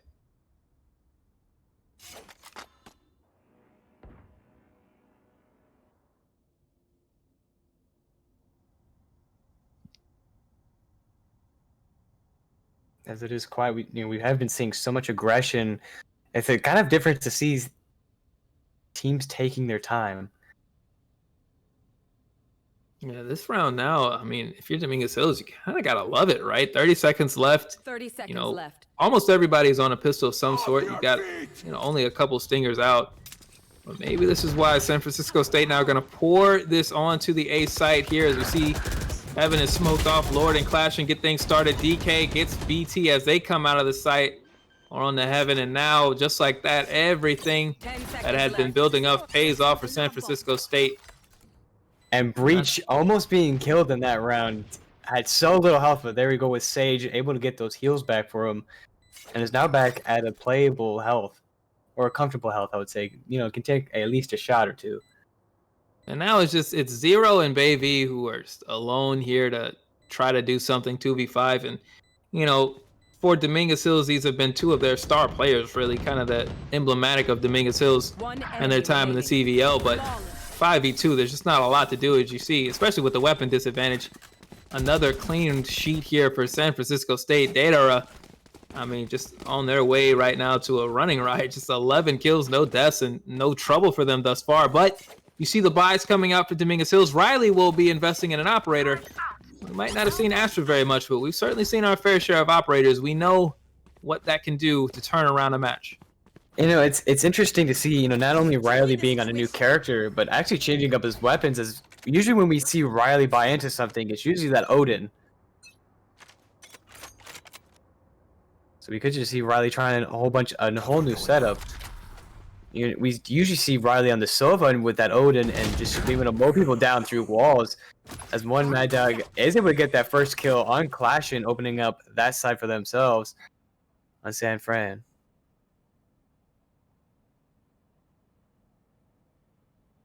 Well, there's a stronger start from Dominguez Hills than they've had for most of this match. Even as DK responds and takes out Bad Dog, if you're Dominguez Hills, you may be able to rotate over and get your Sage in position to res that. You see right there, Baby does elect to do so.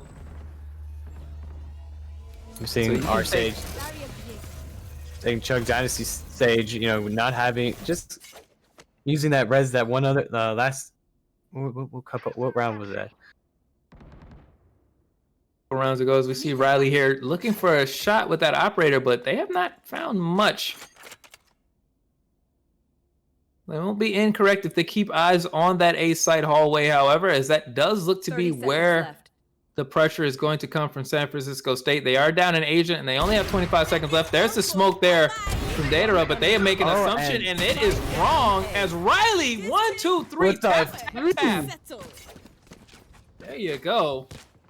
That's how you make an impact. Get the operator, get 3 kills. It's a botched initiation attempt from San Francisco State. They don't smoke out the lane for the operator. Obviously, they didn't know that it was on the board. They are punished heavily for that. And now we're going to see an operator come back from Dynasty. Dynasty's going to, you know, be using this operator. We're going to see who's going to be the better operator here between Riley and Dynasty, as they're going to go head to head here, coming into A site. Coming up here from 0. That's Showstopper going up. But it is Thursday, and it goes wide there as Clash and then punishes 0 for that. So there's your result for the round. And there's Chug Dynasty taking out BT. It's a great kill there to start things, or to keep things going. And if I'm not mistaken, I know as I see that Astra does have the ultimate. And I think her ultimate, doesn't it cut half the map as well? Well, I mean, it just kind of lets her do what she kind of shuts down wherever she decides to shut down once that ult goes up. It's a major player. We'll see if the investment comes from Riley. Down 2 agents. You're not going to have the ultimate on the board to get a resurrection. So we'll see what happens, as right now San Francisco State not eager to make the same mistake they made last round. As you see here, pouring in plenty of utility before they enter the site and staying wide of that gravity well. DK looks to get the plant down. As Riley is coming around, gets the kill on DK with that operator. I need to stop. Well divided. And there goes the ultimate. See the slowdown there to stop Riley at least from being part of that push, but there's the pressure put on. Baby gets the kill there on Dynasty. Begins tapping down to see if they can get this defuse. Lord's gonna step through the wall, try to get something going. They get shut down. Baby finds their third as they get the kill, and there's the defuse. Baby with 4 kills right after Riley got something done there with the operator. And that ultimate was a very good play. You know, not being able to shoot through that wall, and it slows you down when going through it. But not your team. Really good job there from Riley. Finally able to make Astra impact this round, or impact this half, I should say. Baby, who got all those kills plus the defuse. So that round alone, Bent, takes Baby from 0 points towards the ultimate to 5 off the strength of that 4K plus the defuse. And that could be very important for Dominguez Hills as they try to make this comeback. Some talk there in the chat, and we'll see things happening here for the rest of San Francisco State as they try to regain that momentum. They do have 6 rounds on the board, so they'll at least be even at half. But you know, with so many more rounds to play, 4 rounds still on the board, they would love to see if they could sneak 2 or 3 or more and be in a great position when they start the second half. As we are seeing the rotation from the attacking side going all the way around for an A site push, as you're still waiting for Killjoy to push out, and as we do see Lord get that kill on one Mad Bad Dog, as Riley is trying to bait that operator.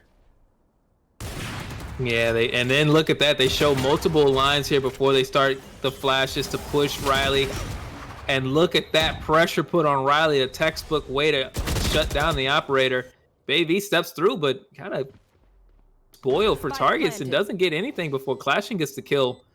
That's great news for San Francisco State now, as 0 and BT are forced to try to push in, but that's not a good angle for 0 to have to take against Lord, and now BT is all alone where the offer stands, but the odds seem low. It's the 1v5. We have seen it done before. But can BT pull it off? Is BT going to go for that save? If, we have, being that Killjoy could possibly push people off that spike, but having such little time left, it would be a waste of an ultimate.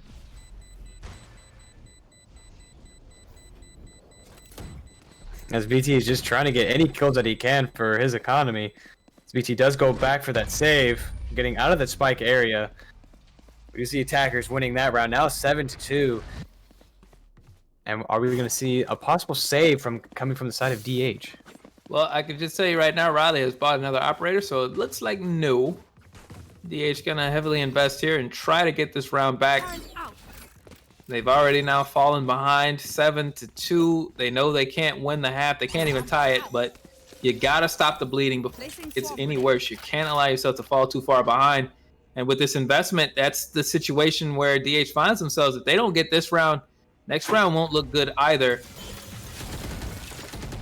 They won't have Riley's ultimate up here, but maybe we'll get it out here as they go for this ult point. But now the retreat, just as important as the intro is. If they are able to get that baby, that is one less. That's a revive gone for their team. Saw the slow there. Dynasty was trying to see if they could catch baby, trying to over push the situation, but smartly, baby holds it and then is able to slow down and get back out as Riley still set up there on A. It was one failed push towards Riley on A for San Francisco State, and then a successful one. We'll see what happens in the tiebreaker if they opt for it. You see the stack up happening here. But they haven't put any utility out that way, so Riley may not have gotten the word out. But that's where things are going. We see there the smoke coming out. So you see they push Riley here, and there's the stun. Riley forced to back up as Lord takes out Zero, and that'll open up the A site as Riley has no shot with that operator. Has to back all the way up. BT steps forward, however, and gets a kill on Data. That'll set things up here for a 4v4 as the spike goes down and the retake attempt begins.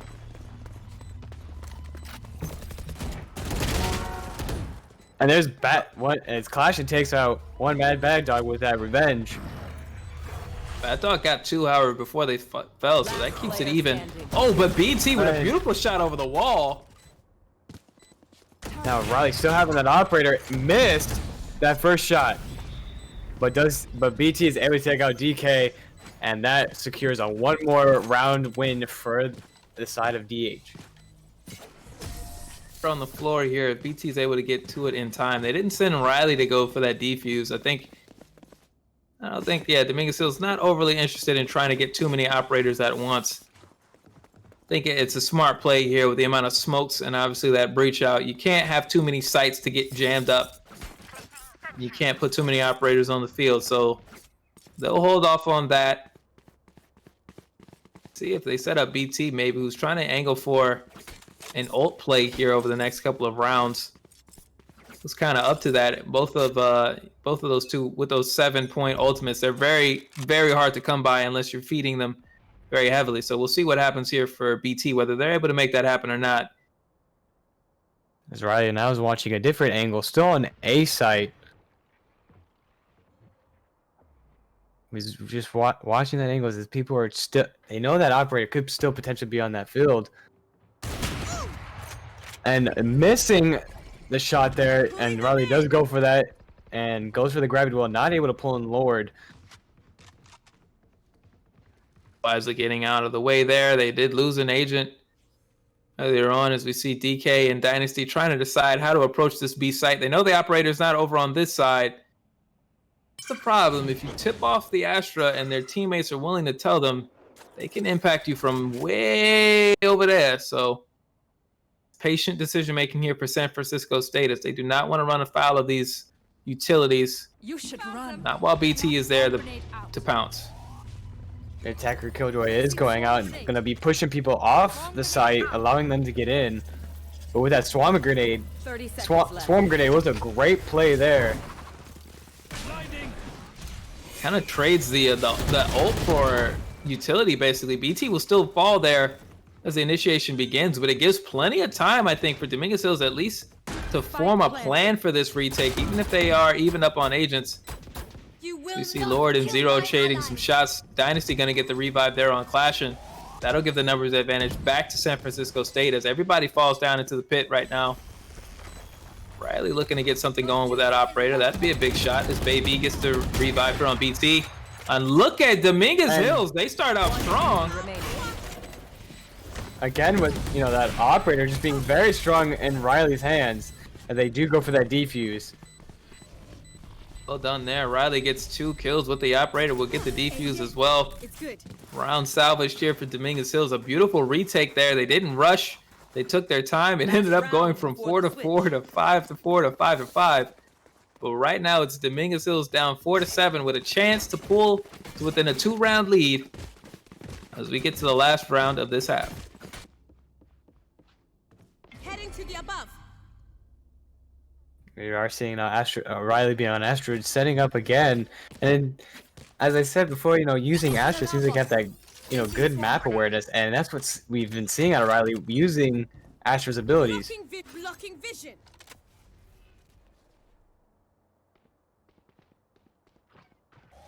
As if Riley could see what we see, he would see all the people stacked up right there, coming in for that 5 stack on A's side. As everyone's getting set up to put down that spike. The ultimate coming out here from Bad Dog. We have not seen Reyna pop off very hard at all. As Lord gets the kill there on 0. Just saw the legs and went to work. It was a harsh fight, however, as Lord is quite low. And there's Dynasty.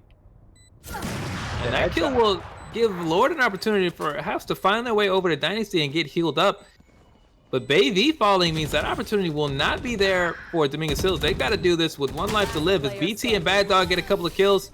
But it's Dynasty and Dataro who clean things up for San Francisco State, and they secure the last round of the half. It is 8-4, San Francisco State. And we are coming into that pistol round. We have seen San Fran be very good at these pistol rounds, and if they do get that momentum started where you're pushing the other side into that economic state where you have to keep saving, this could be a very quick game. This is definitely a situation, once again, like those we've seen, it's been the consistent theme of the night, really. The first team to attack has gotten out to a massive lead, and it's been really hard for the team who has to attack the second half to make up for it. But if you're Dominguez Hills, you have to believe you can win this pistol round, you can get the eco advantage, and flip that momentum, get 3 or 4 rounds in a row, starting here. And if you can do that, you're basically on even footing again. But it's all about the aim in the pistol rounds. It's a lot about decision making, sure, but at the end of the day, we know on these rounds it kind of comes down to who's got the best draw. See how that plays out as teams poke and prod. Eventually we begin. And it looks like we are seeing what seemed to be a B site push. Now is going to be rotating possibly through vents back to A. But it looks like they are going back to B now, so they are just trying to see if they want to rotate. As it looks like we are seeing Bad Dog going through the middle here, maybe trying to push people off from Heaven.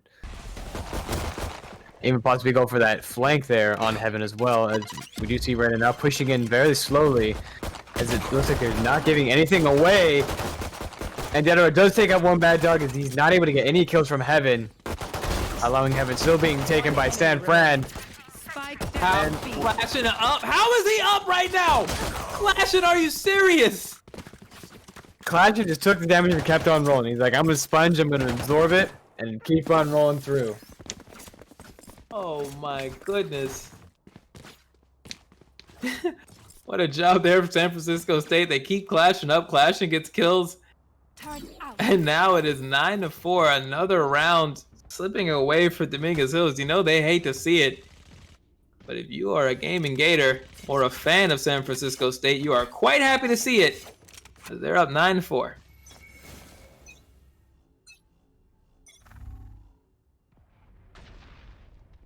And we are seeing Chug Dynasty going for that wall to block off, but it looks like that's just going to be not a wall that can't be really used that well, as we are seeing going for that A push. We're going to see Chug then again do that rotation through vents to get to B, to get to A, to help out. Lord getting the kill on BT. Lord with their second kill. Clash and takes out Riley, and DK takes out 0. It's another efficient round here for San Francisco State. They once again execute well with the weapons advantage. Now we see the buy come out for Dominguez Hills, and it's a story that was played out in the last half. They have to buy up here. They have to try to get this round to prevent just a very tight grip over the momentum from San Francisco State. But if they can't find it, it looks like we may have another short round or another short game on our hands here, Ben. This is very possible. You know, we have seen that, you know, they do have the assault rifles, but we have seen very good plays from the side of San Fran. And the assault rifles might not mean that much. As we are seeing that are already go in and take out Bad Dog, as BT does trade it for that, get that revenge. As you are now probably seeing the rest of the team starting to get that rotation to A site. We are seeing Riley make sure he's covering the vents. Struggles Dynasty is waiting for the rotation that is now coming back to B site.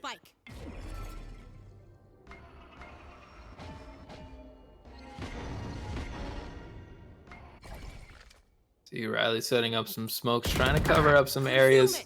Zero takes some damage, but they do get the kill there on Dynasty. That may open up the push here over towards the B site. That's where the pressure's coming, and look at who it is. Lord of the B site. It's the kill on Zero. Turns around, doesn't able to take down BT. He's able to get the kill, but there's Bay V there taking out Clash, and they're going to heal up as well.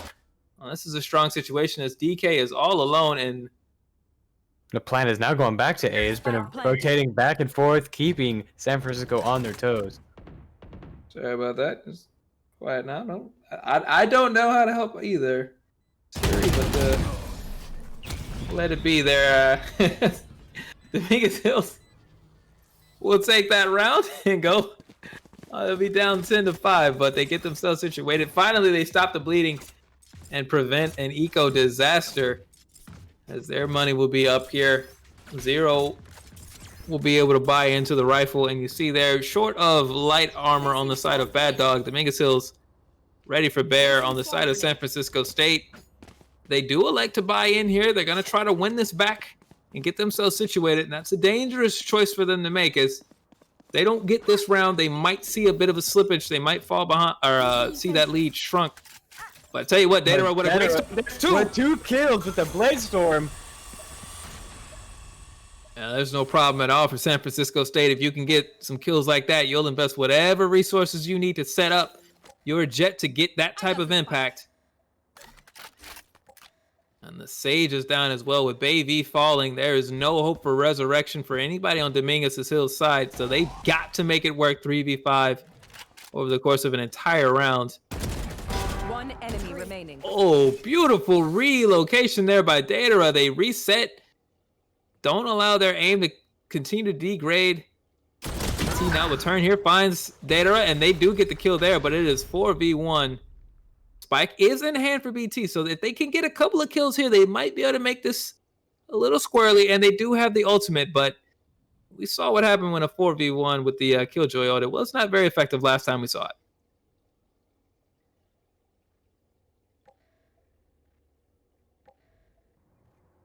$30 seconds left.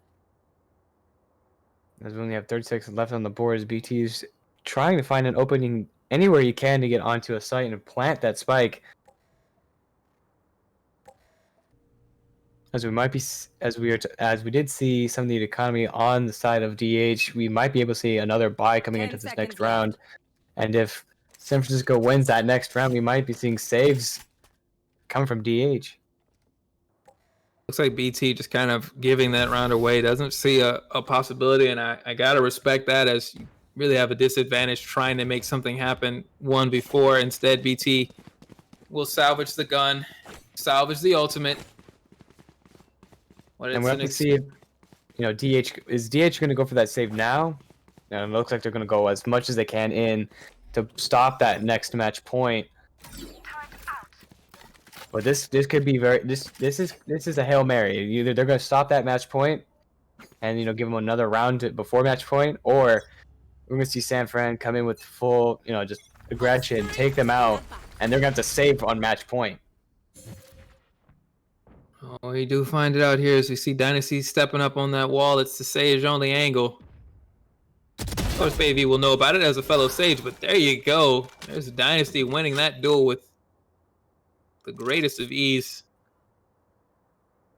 That's a tough one to lose there. You don't want your Sage going down first, as we see Data here doesn't know if they turn. They would have found that. Instead, they're going to back off here as Bad Dog moves up into heaven. Hey, there's a Jet who wasn't ready for a gunfight. There's a good kill there for Bad Dog, and they're going to find themselves a Phantom.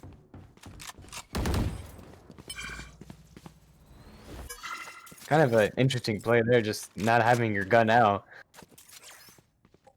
Sure, what Data was really angling at there, fishing for, as we see the Killjoy ult comes out here on the A site. It's a feint here from San Francisco State. They're actually putting it down on the A site, but everybody's pushing towards B as Clashin gets punished there, trying to get the ult. That's unfortunate. Clashin might have had something there if they didn't read all clear. DK does a great job there. As DK able to help out get another one on Mad Dog, as Zero does go for that spike plant now. Spike's going out again, and DK with 3 already taking out Zero's Lord, and BT being the last one, as DK and Lord are going against him, as now Lord being the last one. We're going to have to see who plays this game correctly. As Lord is able to take out BT with 18 health left, now going for that defuse, and are on match point here, 12-5. And that's what I was saying, you know, they bought in with all that they had. So this is going to be a hard round for them to try to win this next one, as San Fran being able to buy in for this round. And I'm not sure how it's going to look for DH. Well, you're going to have some SMGs, you're going to have armor, you're going to get whatever utilities you can scrounge, but you're really relying, I think, heavily on these ultimates to carry you through this, right? You've got the resurrection up, so you need Baby to stay alive. You've got Riley and Zero with their ultimates. So you're hoping to see some Black Girl magic out of this Astra and Ray's ult, but if you don't, I don't know, things are a little tough. You can see right now Zero is going to try to open things up and get things done here on the A site. That rocket fuse will go wide. Bad Dog does take out Data though, so that's a great start. Anyway, Lord gets 0, however, steps forward, finds another one before they get the kill, and Dynasty gets 2 as well. As Baby is now the last one against 2 people. We have seen him being able to dodge. Baby gets Mad Dog raised, but DK ending it out, getting the last 2 as Sage goes for the revive. Great plays there. San Fran does take this win 13-5. It's a superior ult usage on the side of San Francisco State. They make the value statements, and they do make a statement here with a dominant victory, 13-5. It was the story of the day, Bent. The team that goes first wins first, as the attackers sweep all of Split, and they do it going away, 13-5. San Francisco State, we saw 13-3. We saw 14-3. It was or 13-4. It was really a tough time to be defending first. It was a great game, and that's something that was interesting to me, as Split to me seems like a very heavily, defender map, and the attackers just winning. I mean, even starting first, the attackers winning. So that was just something interesting to see for myself. Indeed. Well, there you have it, folks. It's a long night of Valorant. We hope you were able to stay with us. We hope you were able to stick through all of our ups and our downs, as well as the ups and downs of the competition. We want to thank our partners over at Ritual Motion, Radiance.gg, as well as AIM Labs, and the folks at the California State University Entertainment Alliance, as well as our sponsors, MSI and HyperX. Please, if you haven't, I will plead with you one more time for tonight. Make sure you're in that raffle for that free MSI laptop computer. You don't want to miss out on that opportunity. Nothing's better than free, especially when you're in college. A free look, I am out of college, and a free laptop would be quite welcome in my home. Please do believe. But all the same, we want to thank everybody for tuning in. We want to thank our staff, as well as the players at all of the schools who competed here today. I've been Eli the Carry Bent. Any last words for us tonight? Bent. That was it. Great Valorant. Thank you all for staying around. I've been the OG Bent with Eli the Curry. I wouldn't keep on saying Curly for some reason, but Curry. I just like it, I think. But either way, just thank you all for coming out. Been the OG Bent. Eli. Shit, never mind. Shout outs to Queen V as well. Shout outs to our royal host. She does such an awesome job. We love her so much. And we will see you all tomorrow night for more Diamond League action. That will be myself and Ashcon on the call. Queen V once again on the host. Same Twitch channel, same Twitch time. We hope to see you then. For now, have a good night and good luck to you.